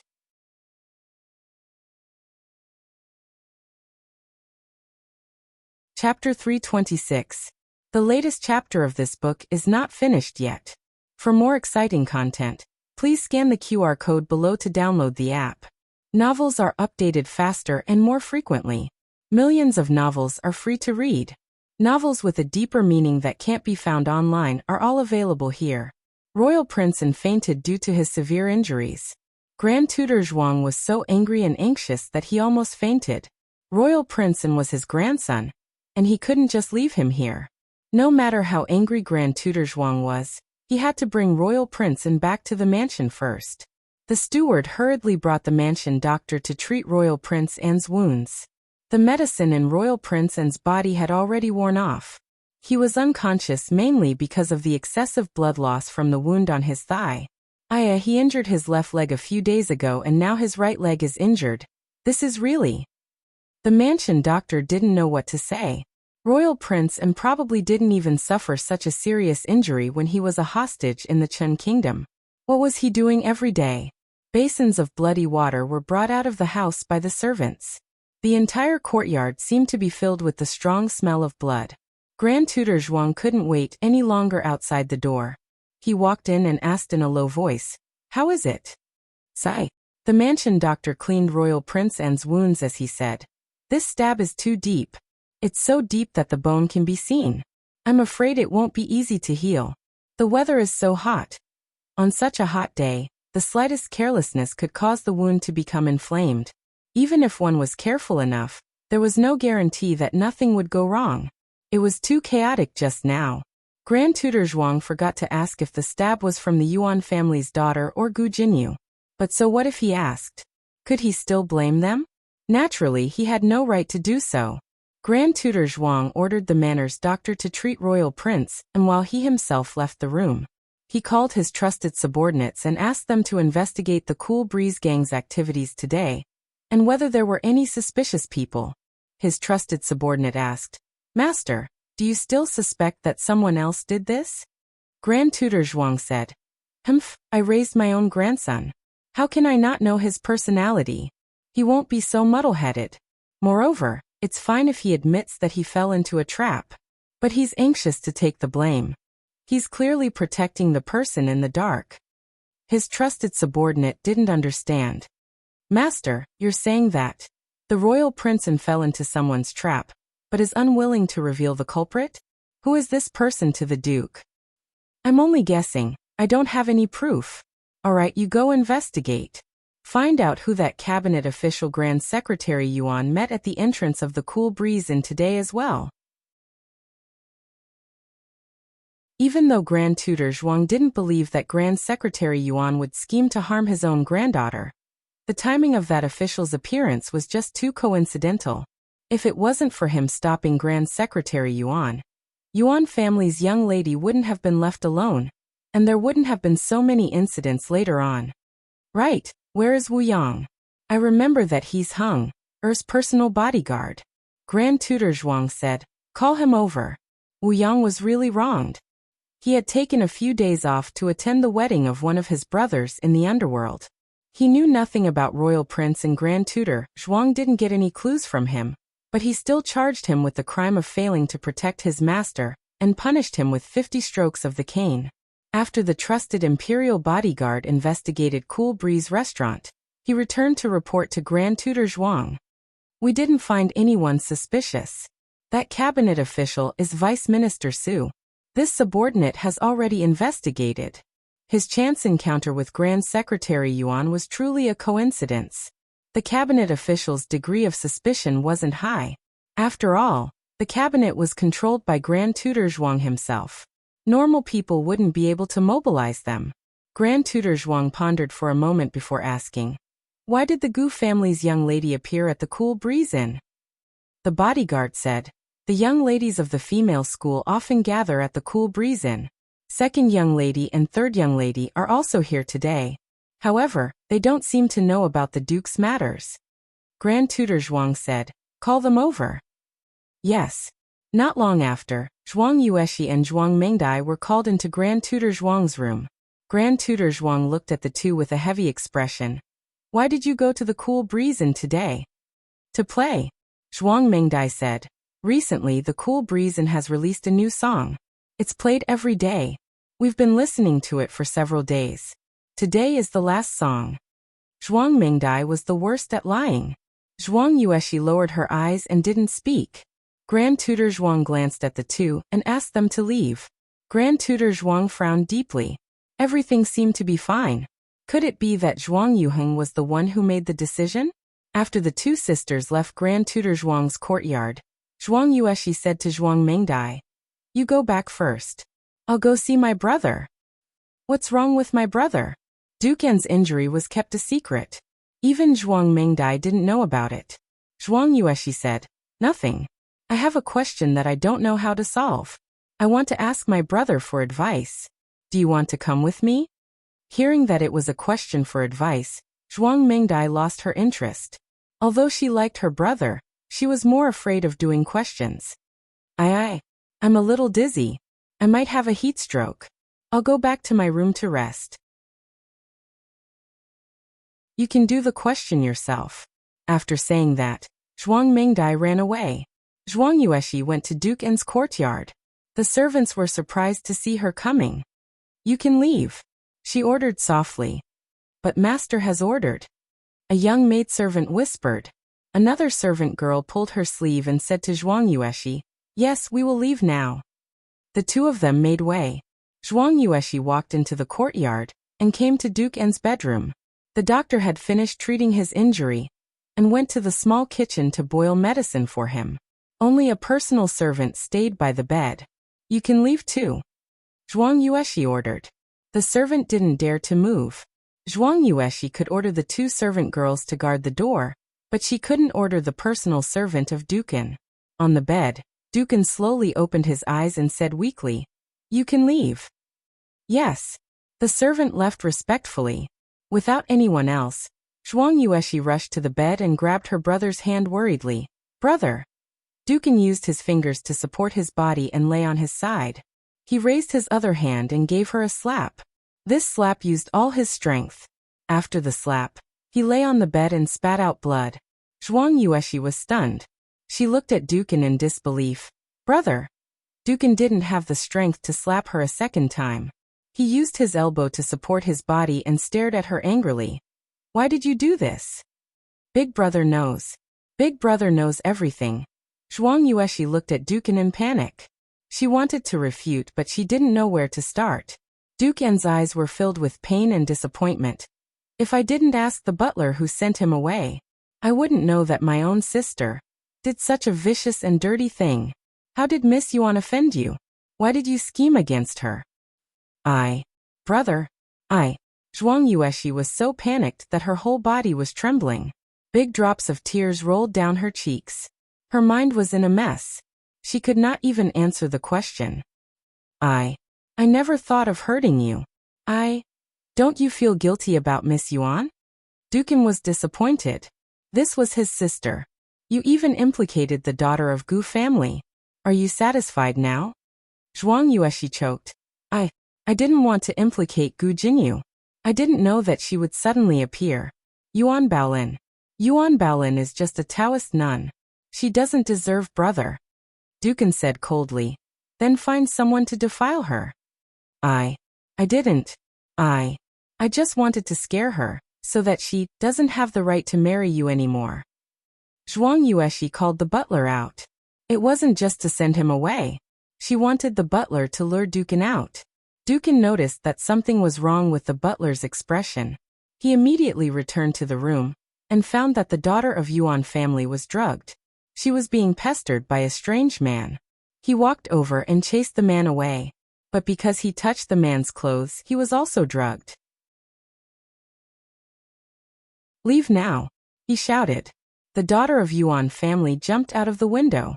He was worried that he would do something irreversible. So while he was still rational, he rushed over and locked the door.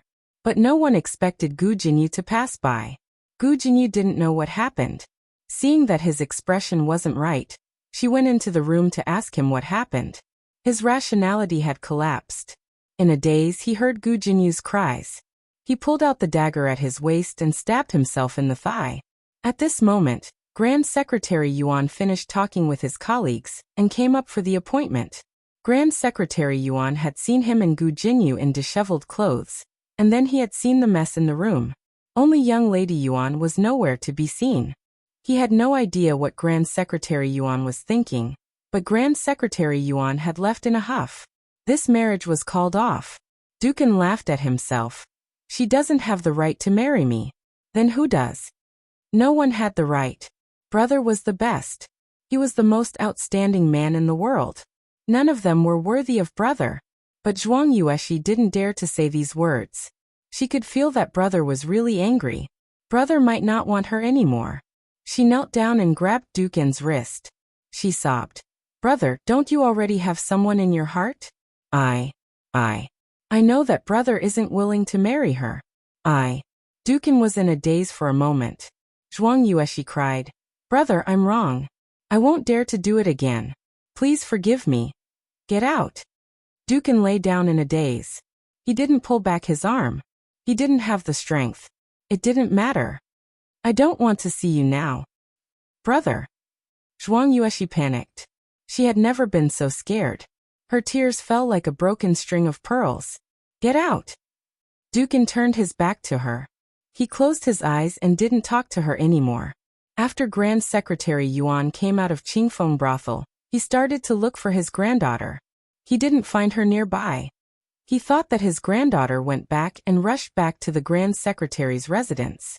The servant in the residence said, Master, someone came just now and left a letter for you. Grand Secretary Yuan finished reading the letter and frowned. He drove the carriage to Baishui Alley. Little Jing Kong went for a chicken walk. Gu Yin and Gu Xiaoshan went to learn. Xiao Lulang was at the Hanlin Academy explaining to a few scholars. Gu Jiao was in the room giving acupuncture to the little Taoist nun. The one who received him was Yao Shi. Grand Secretary Yuan and the old Marquis were of the same generation. Yao Shi gave him a junior's greeting. Grand Secretary Yuan saw that she was pregnant and told her not to be so courteous. Yao Shi didn't say that she was from Marquis Ding and Manor. She only said that her husband's surname was Gu. There were many people in the capital with the surname Gu. Grand Secretary Yuan didn't think that Shi Yi was from Marquis Ding and Manor. He cupped his hands, Madame Gu. Yao Shi invited him to the central room. Granny Fong served tea. Yao Shi warmly said, Today, I went to Shunlai cloth shop near Cool Breeze brothel to make clothes. Unfortunately, I ran into young Miss Yuan who was injured and fainted on the side of the road. My daughter is a doctor, so I brought young Miss Yuan home to treat her. Young Miss Yuan has already woken up and is currently being treated in her room. Would Grand Secretary Yuan please wait for a moment? Although Grand Secretary Yuan was worried about his granddaughter's safety, he did not act rudely. He once again cupped his hands and bowed. Many thanks to Madame Gu for saving my life. Grand Secretary Yuan did not know that his granddaughter already knew someone from Marquis Ding and Manor. He only thought that his granddaughter had woken up and reported her identity. Only then did this family know to go to the manor to inform him. Madam, son-in-law's books have been dried. Yuya walked over from the rear courtyard while holding a large stack of books. Yaoshi said, "Let me see." Yes. Yuya placed the dried books on the wooden table between Yaoshi and Grand Secretary Yuan. She had only recently discovered that Xiao Lulang had too many books. Some of the books that she did not read often had become moist. Taking advantage of the hot weather these past few days, she took them out to dry. This book needs to be dried a bit more. Yaoshi handed a book that was still slightly moist to Yuya. Alright, there's still a bit of sunlight. I'll take it to dry. Yuya took the book and went to the rear courtyard. Grand Secretary Yuan was not in the mood to pry, but he was bored sitting and inadvertently glanced over. If he did not glance, he would not know. But once he did, he was shocked. How could a small family's home have a history book from the previous dynasty? The attraction of books to Grand Secretary Yuan was equivalent to the attraction of weapons to the old marquis. That was something that could not be moved once they saw it. Grand Secretary Yuan's eyes were fixed on the book. Yaoshi sensed his gaze and asked, "Does Grand Secretary Yuan want to take a look? Is it convenient?" Grand Secretary Yuan asked. "It's just a few books. There's nothing inconvenient about it," Yaoshi said. Feng Lin and the others often came to borrow books from Xiao Lulang. The scholars in the alley would also come to borrow books. Xiao Lulang was always extremely generous. At first, Yaoshi would inform him, but later on, he would let Yaoshi make the decision herself. Xiao Lulang trusted and respected Yaoshi. Of course, respect was mutual. Yaoshi also cherished Xiao Liulang's things greatly. Grand Secretary Yuan was someone who cherished books. Grand Secretary Yuan picked up the book on the table and began to flip through it. Just now he had only caught a glimpse, but now that he carefully flipped through it, he felt even more stunned. This was especially the case when he saw an ancient book related to the previous dynasty's second emperor, Wen Huizong. Inside, a large half of the Ode to Northern Yan was recorded. This book was missing a corner, and the missing part was filled in by a letter. On it was recorded the source of the excerpts from various great ancient books, history books, and other documents. The handwriting was still quite new, looking like it was written less than a year ago. In other words, a portion of this Ode to Northern Yan had indeed been lost, but it had been filled in through countless documents. Grand Secretary Yuan knew that it would be very difficult for him to do this. Wait, why would the source of Ode to Northern Yan be here? He remembered that there was also a history book in the library that mentioned Ode to Northern Yan. It was filled in by Royal Princeton. Could it be that this family had some kind of relationship with Royal Princeton? May I ask, where did this book come from? Yaoshi smiled. This is my son-in-law's book. I am not sure where it came from either. Perhaps it was a gift from his great-uncle, or perhaps it was bought from the study room. How could the study room have bought it? This was clearly the only copy. Who filled in the second half of this Ode to Northern Yan? Grand Secretary Yuan pointed at the bookmark and asked. Yaoshi looked at it and said, "This is my son-in-law's handwriting. Has this book ever been lent to anyone else?" Grand Secretary Yuan asked. "Is it this book?" "No." Yaoshi shook her head. If it had been lent out, it wouldn't have been buried at the bottom of the chest and damp. Just as Grand Secretary Yuan wanted to ask who Madame Gu's son-in-law was, the little Taoist nun came out from the room. She had jumped down from the second floor and sprained her left foot. She was supported by Gu Jiao as she limped. Although Gu Jiao's face was damaged, Grand Secretary Yuan did not judge people based on their appearance. He also did not look down on Gu Jiao's status like other people did when they looked at female doctors. He solemnly thanked Gu Jiao and paid 5 taels of silver for the consultation fee. Only then did he bring his granddaughter back. After the two left, a tall and sturdy figure walked out of the study. He arrived in front of Yao Shi and clasped his hands in greeting. "Many thanks, madam. I didn't do anything. However, do you really not plan on letting Grand Secretary Yuan know that you saved his granddaughter?" Yao Shi did not even leave the house today. How could she have run into the injured young Miss Yuan? It was Gu Chongqing who had brought her back. Yao Shi looked at him and said, "My meaning is that you aren't young anymore, and you've saved young Miss Yuan twice. Even I feel that this is a rare type of fate. If you agree, I will personally come to propose marriage on your behalf." For Yao Shi to be able to say that she would propose marriage on behalf of Gu Chongqing, it could be seen that her ill feelings towards him had already been reduced by quite a bit. Perhaps she still had no way of being a mother who doted on him, but she could be a stepmother who did not lose her status. "Jiao Jiao, what do you think?" Yao Shi looked towards her daughter, trying to pull her daughter into her camp. "Gu Jiao, how could urging someone to marry be the same thing as urging someone to marry?" Gu Jiao seriously thought for a bit. Young Miss Yuan is quite good. I like her, but the most important thing is that you like her." As she spoke, she looked towards Gu Chongqing. Gu Chongqing took a deep breath and slowly said, "I do not want to get married."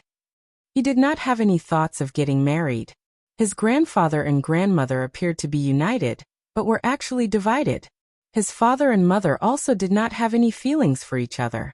If he wanted to get married like them, then he would rather not marry for the rest of his life. Gu Jiao rubbed her chin. "I couldn't tell that you were a person who did not believe in marriage." Digression. It's the end of the month. Those who still have monthly votes, please vote. The newest chapter of this book is not finished yet. For more exciting content, please scan the QR code below to download the app.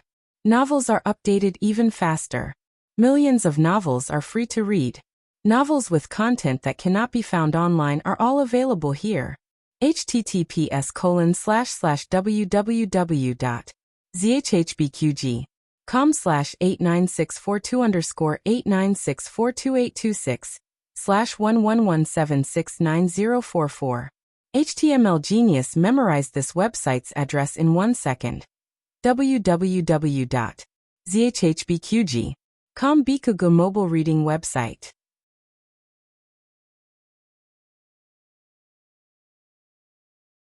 Chapter 327. The newest chapter of this book is not finished yet. For more exciting content, please scan the QR code below to download the app. Novels are updated even faster. Millions of novels are free to read. Novels with content that cannot be found online are all here. Gu Chongqing returned to Marquis Ding and Manor. Gu Chengfeng and Gu Qinglin had gone to the back of the mountain to pick fruit. He returned to his own room. He sat down by the bed. Without any outsiders, his unchanging ice face finally had a trace of expression. He knitted his eyebrows and took off his clothes. His neck, shoulders, and even the back of his hands and wrists were all covered in shocking scratches. There were even some places that had beads of blood. The beads of blood had dried and stuck to his clothes. When he peeled them off, the pain made him gasp. Air. The manservant carried the clothes that had just been taken from the clothesline and entered. He immediately saw Gu Chongqing's neck covered in scratches. He was startled and asked, "Which little hoof did this?" Gu Chongqing's eyes turned cold. He quickly pulled up the clothes. "Don't you know how to knock before coming in?" The manservant embarrassedly said, "This little one did not know that you had returned. This little one was just tidying up the room, and went out to take in the clothes. Who would have thought that Air would return? Speaking of which, Air, what is with the injuries on your body? Which girl did this? Is it from outside the manor, or from our manor?" He did not dare say little hoof again. "It has nothing to do with you."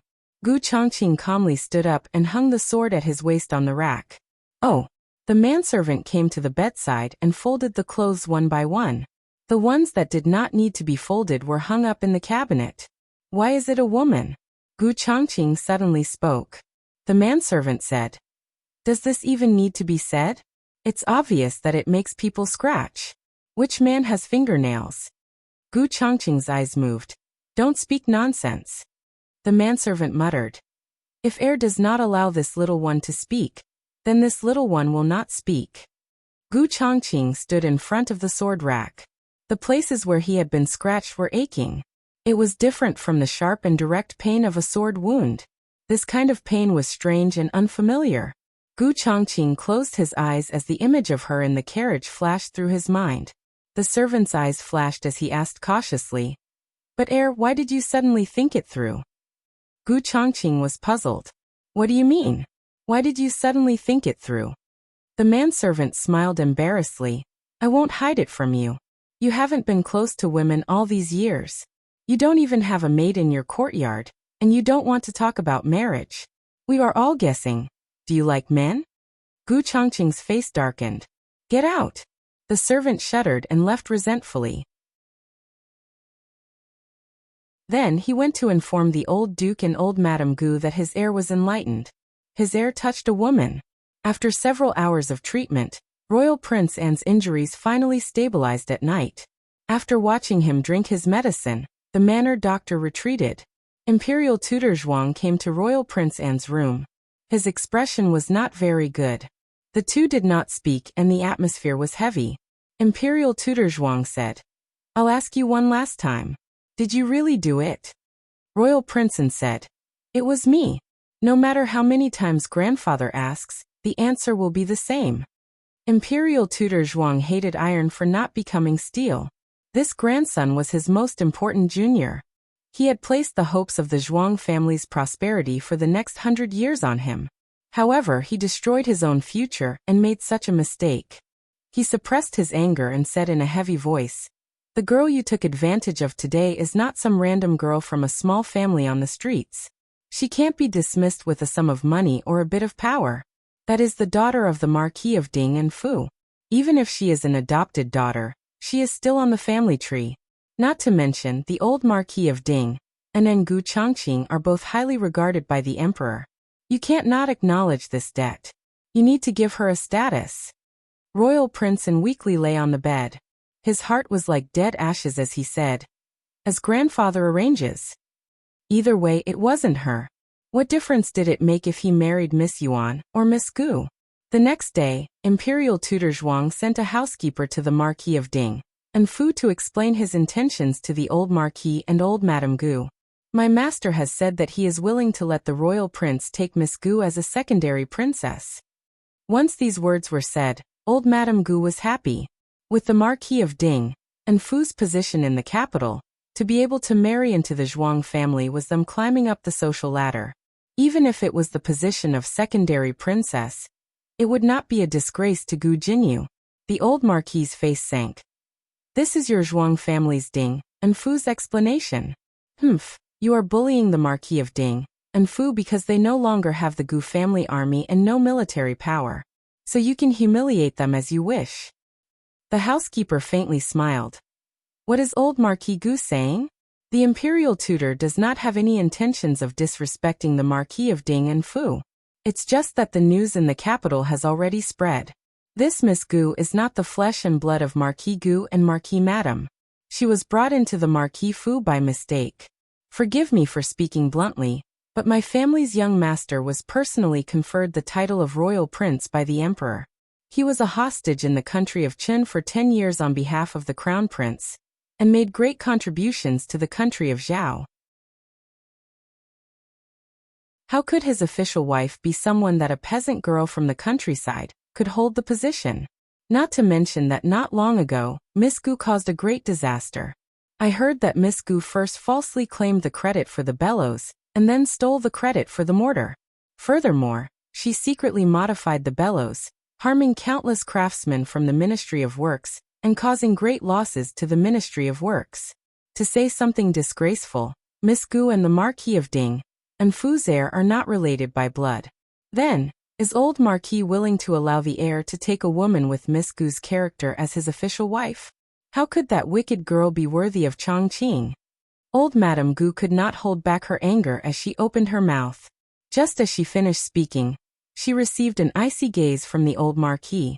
She realized that she had said the wrong thing. Her eyes flashed and she picked up her teacup to drink tea. The housekeeper knew that he had already won the situation, and did not say anything else. He cupped his hands in greeting. If old Marquis and old Madame do not have any objections to this marriage, then this one will return to report to the imperial tutor. Old Madame Gu opened her mouth and wanted to say something, but she was instantly silenced by the old Marquis's icy gaze. The housekeeper proudly swaggered off. In reality, he was still not very happy. Secondary consort? Was Gu Jinyu, that woman with a terrible reputation, worthy? She had gotten off lightly. Old Master. Old Madame Gu realized that her slip of the tongue had caused them to lose the situation. At this moment, she did not dare to complain and only said, "Actually, that child Jinyu is still considerate. Although she has made many mistakes, she has already turned over a new leaf. She even went to Ciu Manor a few days ago.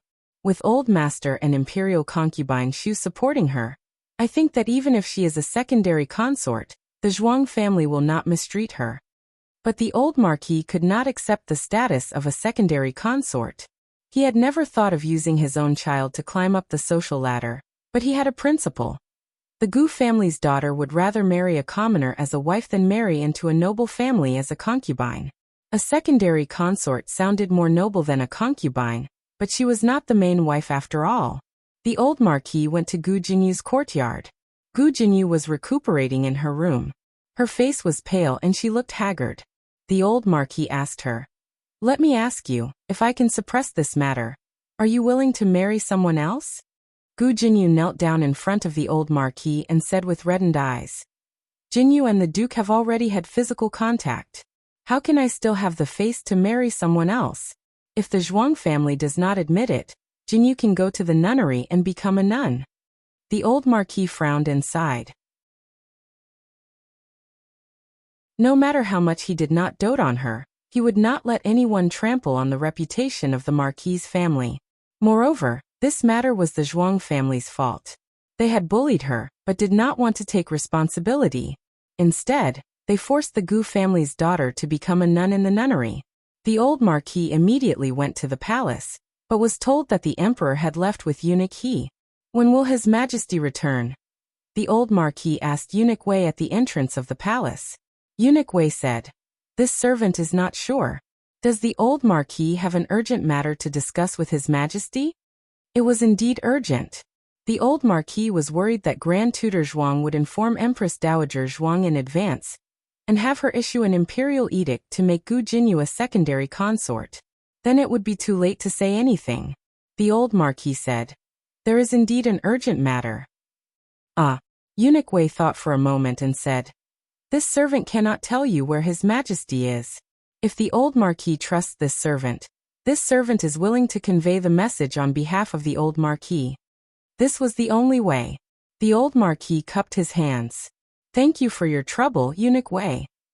2 hours later, a carriage stopped outside the nunnery. Eunuch Wei walked down from the carriage. The emperor was feeding concubine Jing medicine in the meditation room. Concubine Jing sat at the head of the bed, covered with a thin layer of mattress. "I'll do it myself," she said. "It's not a serious illness. It's just a cold. Why did Your Majesty have to come?" The emperor frowned. "If I hadn't arranged for people to protect Mother in secret, I wouldn't have known that she was ill. Mother used to fool me like this in the past. She hid everything from me." Concubine Jing smiled faintly. "People will always have this and that when they get older. How can they be the same as when they were young? Your Majesty is the ruler of a country and has many affairs to attend to every day. There's no need to mobilize so many people for such a small matter." The emperor snorted. "Says who? I see that the Empress Dowager's health is very good. She's even more robust than before." Concubine Jing was startled. She hadn't expected the emperor to suddenly mention the Empress Dowager. She smiled. "It's a blessing for Zhao Nation that the Empress Dowager is healthy. Your Majesty has been working hard these past few years, and the Empress Dowager has shared much of Your Majesty's burden." The emperor snorted. "Mother, you don't have to speak for her." Concubine Jing smiled. "I'm not speaking for her. We entered the palace together, and have known each other for so many years. How can I not know her personality? She has a sharp tongue and is unforgiving. Her heart is with your majesty. The emperor said coldly, if she really is with me, she should hand over the power of the court and live out her life peacefully in Rensho Palace. All right, I won't say any more. The medicine is getting cold. Concubine Jing picked up the bowl and began drinking. The emperor watched over her quietly. Suddenly, his gaze fell on the wooden hairpin on the old concubine's head. He frowned slightly. Mother may be a vegetarian and pray to Buddha, but her life is too simple.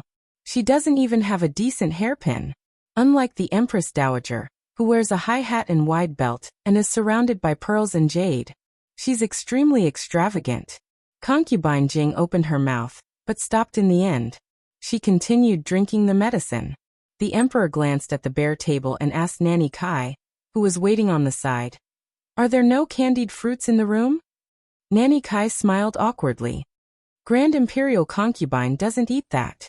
The emperor snorted. Mother is too hardworking. There are at least 10 types of candied fruits in Rensho Palace. Concubine Jing's eyelashes trembled. She finished the medicine in one breath and handed the empty bowl to Nanny Kai. She then wiped the corner of her mouth with a handkerchief and said in amusement, "Your Majesty, you keep mentioning the Empress Dowager today." The emperor choked. "Did I?" "Yes." Concubine Jing looked at him with a smile. The emperor snorted. "That's because she went too far. I'm so angry that my head hurts. I only hope to take away her real power as soon as possible. That way, I can take Mother back to the palace with peace of mind." "You." Concubine Jing shook her head helplessly. "Your Majesty, Eunuch Wei is here." A young eunuch entered the room to report. The emperor asked, "What is he here for?" Concubine Jing said, "Let's go take a look. It must be something important."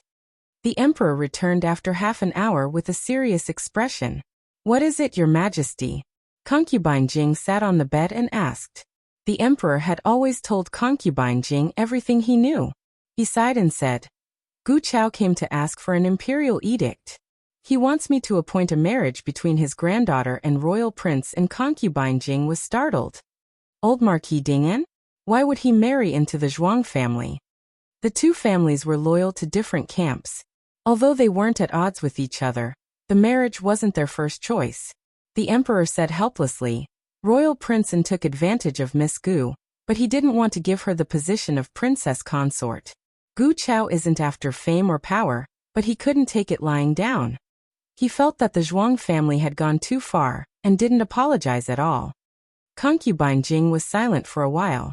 "I've heard of Royal Princein, but I didn't expect him to do something like this." The emperor said, "To be honest, I'm surprised as well." Concubine Jing looked at his expression and asked, "Your Majesty doesn't agree to this marriage?" The emperor nodded. "To be honest, Mother, I'm a bit hesitant." Concubine Jing asked gently, "Is Your Majesty worried that the marriage will be disadvantageous to Your Majesty?" The emperor shook his head. "No, Gu Chao isn't that kind of person. Besides, Gu Jinyu isn't Gu Chao's biological granddaughter. She's just a peasant girl who was brought home by mistake." The emperor believed that the old marquis wouldn't change his position for her. Concubine Jing thought for a while. "Then Your Majesty is worried that the Empress Dowager won't agree?" The emperor's expression turned cold at the mention of the Empress Dowager. "The Empress Dowager doesn't know about this, and I don't intend to ask for her opinion. There would be no room for negotiation if she asked. Either they didn't do it, or they had to seize the opportunity." "Then what is Your Majesty worried about?" Concubine Jing asked. The emperor hesitated for a while, but still said, "That girl got into trouble before, so her reputation isn't good. Most importantly, she stole the credit of the young divine doctor." The emperor couldn't stand it, so he didn't want to praise Gu Jinyu. Concubine Jing didn't ask what kind of trouble she'd gotten into. She paused, then asked with a smile, "Has she changed?" The emperor grunted.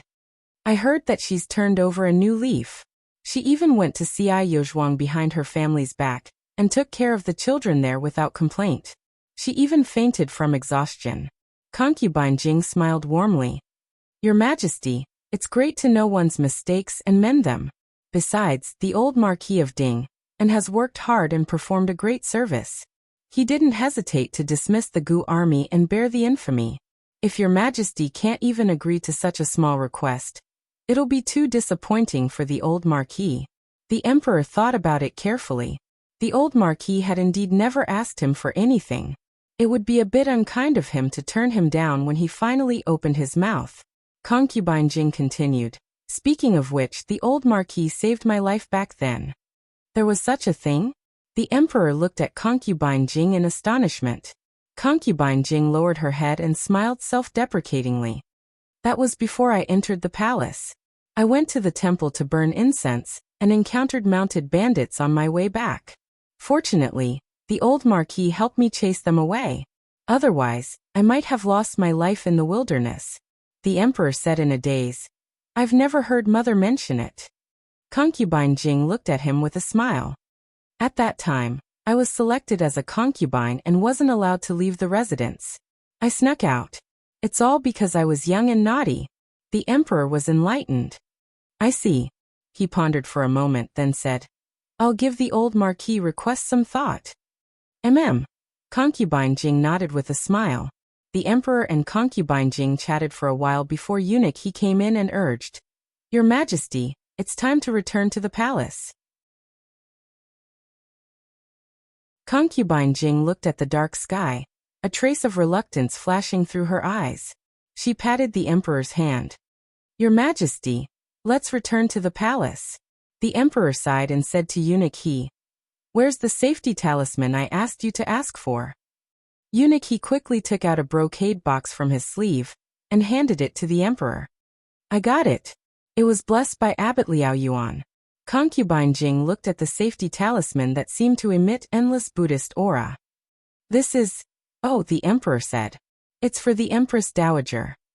Concubine Jing was startled. Eunuch Wei smiled.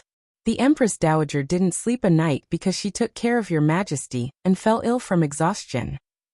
Concubine Jing smiled. It's rare for you and your son to let bygones be bygones.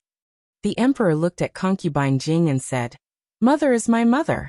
She's only the Empress Dowager. This safety talisman is a gift from the monarch to the Empress Dowager, not a gift from the son.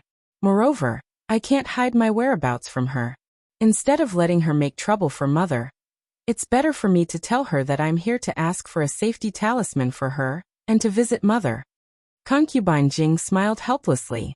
The Empress Dowager won't do anything to me. Your Majesty is overthinking it. Digression. The next chapter will be released in the first half of next month. It'll be released soon. The latest chapter of this book isn't finished yet. For more exciting content, please scan the QR code below to download the app. The novel will be updated at a faster rate. Millions of novels will be read for free. There are all kinds of novels that can't be found online here. https://www.zhbqg.com/89642_8964286/111741666. HTML Genius memorized this website's address in a second. www.zhbqg.com Bikuj mobile reading website.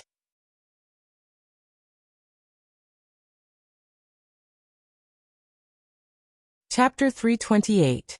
The latest chapter of this book is not finished yet. For more exciting content, please scan the QR code below to download the app. Novels are updated faster. Millions of novels are free to read. Novels with content that cannot be found online are available here.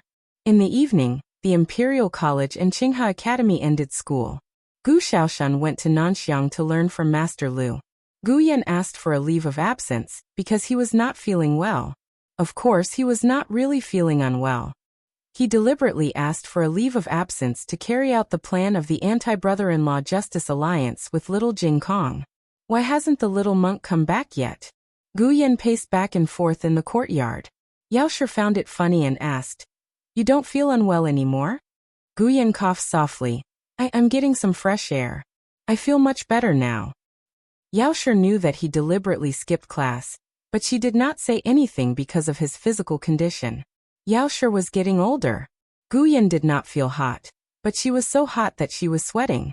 She went back to her room to take a bath. Guyen looked around at the door. She didn't know how long she had been looking around, but the little monk finally came back. "Why are you so late?" Guyen asked. Little Jing Kong sighed like a little adult. "Isn't it because granduncle is too late? I said that I can come back by myself, but granduncle was worried and insisted that I wait for him." The Imperial College was not far from the Imperial College. Little Jing Kong walked there every day. He would not get lost even if he closed his eyes. But adults and children always had different ideas. His safety zone was this alley. The adults in his family would not be at ease if he went any further than this. Guyen looked at the two ends of the alley and pulled little Jing Kong's hand. "Okay, let's not talk about this first. Sister and brother-in-law will be back soon." This meant that the two of them were going to start doing bad things secretly. But it was their first time, so they had to think about it carefully. Today the medical center and the Imperial College were not busy. Gu Jiao and Xiao Luleng arrived home very early. After arriving home, Xiao Luleng went to the study to check little Jing Kong's homework. He did his homework faster than Gu Yan, so he usually checked his homework first. Gu Jiao went to the kitchen. Gu Yan narrowed his eyes and sneaked a peek into the kitchen. He found his sister making salted tofu pudding. "Ah, are you addicted to sending salted bean curd to brother-in-law?" He was actually making tofu with his own hands. Gu Yan's heart was filled with jealousy. Little Jing Kong slipped out of the study room on the pretext of going to the washroom. The two little rascals hid behind the crabapple tree and exchanged the information they had gathered. Little Jing Kong said fiercely, "Jiao Jiao went to the Hanlin Academy to pick up my bad brother-in-law." They went home together. Guyen was furious. His sister didn't even pick him up and send him to school. Guyen gritted his teeth and said, "Sister is making salted tofu pudding for brother-in-law again. It's not like we have a share." Little Jing Kong suddenly had an idea and came up with a plan. "Jiao Jiao, great uncle is calling you." Little Jing Kong came out of the kitchen and said to Gu Jiao with a cute face. Gu Jiao put down the spoon and said, "Oh, okay. I'll go over then." As soon as she left, the two little rascals came in. They looked at each other and smiled mischievously. They picked up the jar of seasoning and poured it into the tofu pudding. Add some salt, chili sauce, star anise, pepper, and this. Guyen took out a jar from the innermost part of the cupboard. Lotus seed heart. It's super bitter. Little Jing Kong pretended to roll his eyes and fall to the ground. He got up and laughed until his whole body trembled. After the two of them were done, they had just put the last jar back into the cupboard when Gu Jiao returned. She said in shock, "Granduncle didn't call me just now." Little Jing Kong spread his hands and said seriously, Maybe I heard wrongly." "What are the two of you doing here?" Gu Jiao asked. Their eyes flashed. Guyen said calmly, "Oh, didn't you make tofu pudding for brother-in-law? We'll bring it over for you." Little Jing Kong quickly said, "Yes, we'll bring it over for Jiao Jiao." Gu Jiao said, "Oh, I didn't make tofu pudding for your brother-in-law. I made it for the two of you. Last time, I only bought tofu pudding for your brother-in-law and didn't buy it for the two of you. You seemed to be disappointed, so I came back early today and made a bowl for you. You came at the right time. Hurry up and eat." The two of them looked at the dark cuisine that they had destroyed with countless seasonings and felt as if they had been struck by lightning. The two little rascals wanted to cry, but had no tears. Was it too late to regret? Boo-hoo. Gu Jiao looked at the two people whose expressions were gradually falling apart and asked strangely, "What's wrong? Don't you like my tofu pudding?" Boo-hoo, they couldn't not like it. Otherwise, they would lose to their bad brother-in-law. They loved Jiao Jiao more than their bad brother-in-law. The two of them took out their small bowls and Guyen scooped a big spoonful for little Jing Kong. "You're the younger brother. You should eat more." Little Jing Kong scooped a bigger spoonful for Guyen. In ancient times, Jing Kong gave you pears. Today, Jing Kong gave you tofu pudding. "Brother Yen, eat more." Guyen said. "No, you should eat more. You have to grow taller." Little Jing Kong said, "I'm still young. I can grow taller slowly. Brother Yen, it's more important for you to take care of your body. Come on, let's hurt each other." The first action of the alliance against brother-in-law ended in failure. Until the end of the meal, Gu Yan and little Jingkong's noses were not noses and eyes were not eyes. Humph. Little Jingkong turned his face away. Gu Yan also turned his face away. Everyone was confused. What's going on? Why are they fighting again? After dinner, Gu Jiao continued to study her gunpowder. Halfway through, Eunuch Qin came. Eunuch Qin was old, but he still jumped down from the carriage and almost fell on his back. Eunuch Qin slowed down. Gu Xiaoshan, who happened to be at the door, helped him up. Eunuch Qin wiped the sweat on his forehead and smiled. Thank you, Brother Xiaoshan. Brother Xiaoshan, is your sister here? Yes. She's in the backyard. Gu Xiaoshan said and shouted inside, Sister. Someone is looking for you. It's Eunuch Qin. Gu Jiao put away the bottles on the ground, stood up and looked at Eunuch Qin, who was walking hurriedly. Eunuch Qin, it's already so late. Is Grandaunt looking for me? Eunuch Qin said anxiously. Oh yes. No. Gu Jiao asked. Is it yes or no? Ah. Eunuch Qin pinched himself. Look at my mouth. I don't know how to speak when I'm anxious. It's like this, Miss Gu. The Empress Dowager got a fishbone stuck in her throat while she was eating. The imperial physicians couldn't do anything about it, so I came to find you. All right, I'll go to the palace with you now. Gu Jiao returned to the east room, took her medicine box, and left with Eunuch Qin. But before she could get into the carriage, another carriage stopped in front of the door. Eunuch Wei walked down from the carriage with an anxious expression. Miss Gu. Miss Gu. Gu Jiao made a sound of surprise. Eunuch Wei also came to find me? Eunuch Wei said breathlessly, His Majesty. His Majesty invites Miss Gu to Pure Flower's palace. Someone is injured. Eunuch Qin grabbed Gu Jiao's sleeve. Miss Gu, go see the Empress Dowager first. What happened to the Empress Dowager? Eunuch Wei didn't wait for Eunuch Qin's reply and grabbed Gu Jiao's other sleeve. It's a matter of life and death. Miss Gu, come with this old servant to Pure Flower's palace first. Eunuch Qin said seriously. The Empress Dowager's life is also at stake. She's already coughing up blood. The main reason was that the Empress Dowager didn't take the fishbone seriously at first, and used the traditional method to swallow a few mouthfuls of rice. In the end, she didn't manage to swallow the fishbone, and cut her throat instead. Gu Jiao said to Eunuch Wei, It'll be quick to remove the fishbone. I'll come over once I'm done. Eunuch Wei raised his hand. But there were no buts. Gu Jiao got into Eunuch Qin's carriage. Eunuch Qin sighed in relief. The Empress Dowager didn't dote on Miss Gu for nothing. However, someone was injured? Who was injured that made His Majesty so anxious?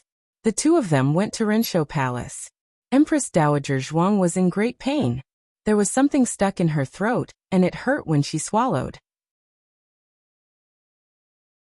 The Empress Dowager's phoenix body was a serious matter, and the imperial physicians didn't dare to blindly pry open her mouth. Fortunately, Gu Jiao had come. All the imperial physicians felt as if a heavy burden had been lifted from their shoulders. Gu Jiao opened the small medicine box, took out gloves and put them on. Then she picked out a pair of cold tweezers. I don't want to. Empress Dowager Zhuang looked at the tweezers and felt terrible. It'll be quick. It won't hurt at all. Gu Jiao coaxed. No. I don't want to. Empress Dowager Zhuang exploded and refused. Gu Jiao turned to look at everyone. Eunuch Qin, you can leave first. Empress Dowager Zhuang. You're not allowed to leave. Eunuch Qin coughed softly and left with the imperial physicians and servants. Empress Dowager Zhuang. Am I still your Empress Dowager? What happened to being frightened by the wind? Empress Dowager Zhuang covered her mouth and jumped down from the phoenix bed. Gu Jiao chased her all over the bedroom. The two of them were playing a game of cat and mouse. Eunuch Qin looked at the figure projected on the window paper and shook his head. He couldn't bear to watch this. In the end, Gu Jiao caught up to Empress Dowager Zhuang. She covered her mouth tightly. I don't want to. Gu Jiao coaxed. All right, I won't use it. Can I just take a look? Empress Dowager Zhuang said. Then give it to me. Gu Jiao obediently gave her the tweezers. Open your mouth and let me see if I can use medicine. Empress Dowager Zhuang gaped. A silver light flashed, and with a whoosh, Gu Jiao used another pair of tweezers to remove the fishbone from her body. Empress Dowager Zhuang. Gu Jiao said, "All right, it's fine. However, your throat is broken and you need to rest for a while. Don't use your throat too much and eat a light diet." As she spoke, she said to the door, "Eunuch Qin, come in." Eunuch Qin happily walked into the bedroom. Empress Dowager Zhuang coldly glared at a certain person. Eunuch Qin shrunk his neck and hid behind Gu Jiao. On the other side, Eunuch Wei returned to Pure Flower's palace alone.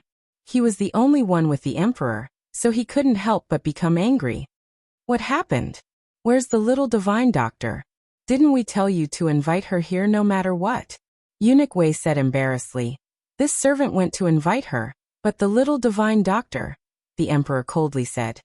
"If you have something to say, then say it. Don't stutter."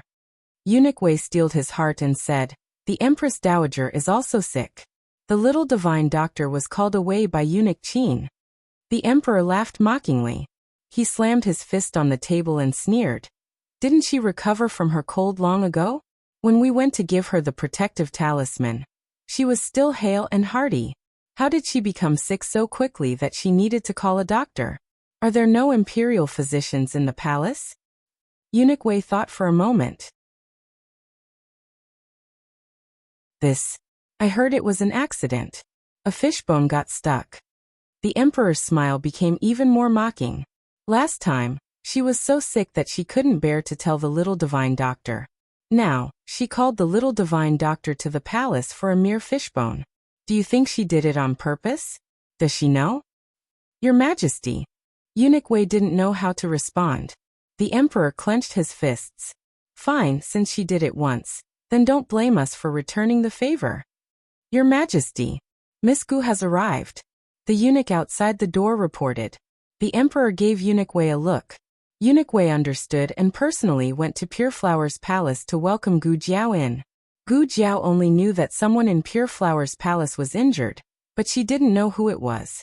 It wasn't until she entered the side hall of Pure Flower's palace that she realized that the person who needed her treatment was Grand Concubine Jing. Gu Jiao didn't ask why Grand Concubine Jing, who was supposed to be staying in the nunnery, had appeared in the emperor's sleeping quarters. Moreover, it seemed that Renshou Palace didn't know about this. Otherwise, Eunuch Qin wouldn't have grumbled all the way here. Gu Jiao looked at the unconscious Grand Concubine Jing. "Oh, husband only said not to go to the nunnery in the future. He didn't say that she couldn't go to Pure Flower's palace. To round it off, he was allowed to make a house call today." Gu Jiao placed the medicine box on the table and began to examine Grand Concubine Jing's injuries. "What's wrong with her?" Gu Jiao asked. The emperor looked at Grand Concubine Jing and said with heartache, "Mother fell. She went to pick some fruit for us and accidentally rolled down the stairs. There was a small orchard behind the nunnery. It was filled with seasonal fruits.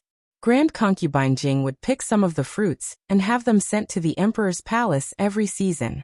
The emperor took the initiative to talk about the reason Grand Concubine Jing had entered the palace. "We went to visit mother today and heard this bad news as soon as we returned. We couldn't feel at ease, so we ordered people to bring mother back to the palace to recuperate. Her injuries aren't serious," Gu Jiao said. The emperor's gaze deepened. "But we're worried that something else might happen to her." It wasn't easy to guess. Was he saying that Grand Concubine Jing was prone to accidents due to her old age? Or that there was someone secretly plotting against her and creating accidents for her? Gu Jiao didn't ask either. Grand Concubine Jing's right elbow, left palm, and right thigh and knee had various degrees of abrasions. There was also a slight fever, so the diagnosis was that she had caught a cold recently. Gu Jiao wrote a prescription and had Eunuch Wei go get the medicine.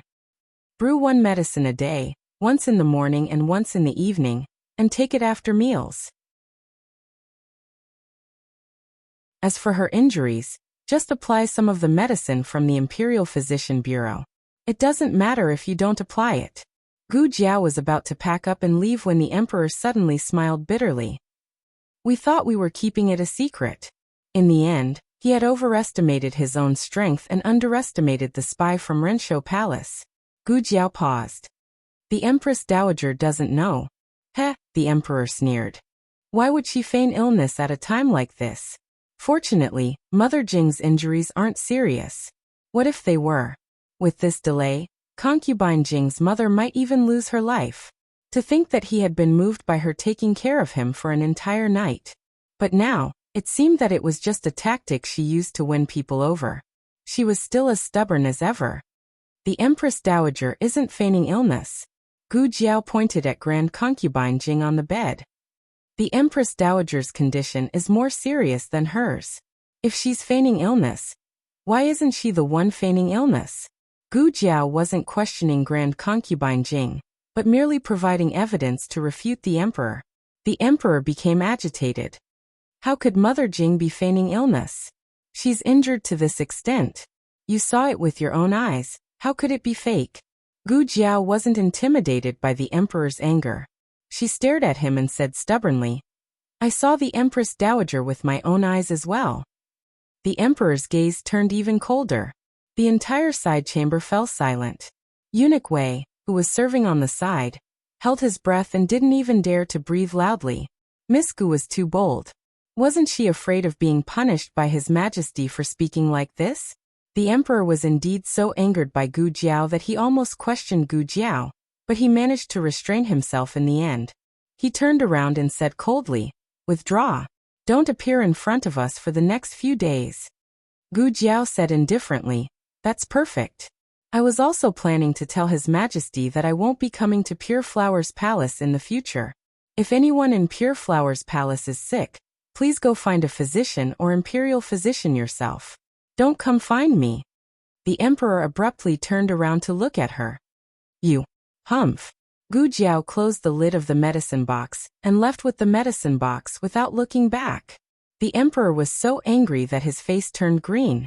He watched a certain someone's small figure leave and said angrily, Even the crown prince hasn't acted so impudently in front of us. Gu Jiao stopped in her tracks and walked back with the medicine box in her arms. The emperor's lips curved. Now you know the might of the emperor, right? Forget it. He didn't really want to punish her. If she obediently gave in, he'd magnanimously forgive her this time. Gu Jiao stretched out a hand. What? The emperor was stunned. The consultation fee, Gu Jiao said with a cold expression. Does the emperor not need to pay for the consultation? The emperor, who almost choked to death. Gu Jiao left expressionlessly after taking the 50 taels of silver. Grand Concubine Jing slowly woke up and sucked in a cold breath, probably from the pain all over her body. The emperor sensed the movement and quickly walked over to sit by the bed. Mother. Grand Concubine Jing pressed her groggy head. It was so noisy just now. Did someone offend His Majesty? Eunuch Wei glanced at the emperor nervously. The emperor tucked in Grand Concubine Jing's blankets and said, No, Mother must have misheard. No one offended us. Just now, us was discussing Mother's condition with the physician. It's us fault for disturbing Mother. Eunuch Wei's expression relaxed. His Majesty still doted on the little divine doctor. Digression. Thanks to the creativity in the comments section, the nickname Little Artificial Spirit came from a cute little book friend. The latest chapter of this book isn't finished yet. For more exciting content, please scan the QR code below to download the app. Novels are updated at a faster rate. Millions of novels are free to read. Novels with content that can't be found online are all available here. https://www.zhhbqg.com/89642_8964226/111713684. HTML Genius memorized this website's address in 1 second. www.zhhbqg.com Bkuj mobile reading website. You're tuning in to the Earbook Haven YouTube channel. Don't forget to subscribe and join us on this journey to catch the most captivating stories.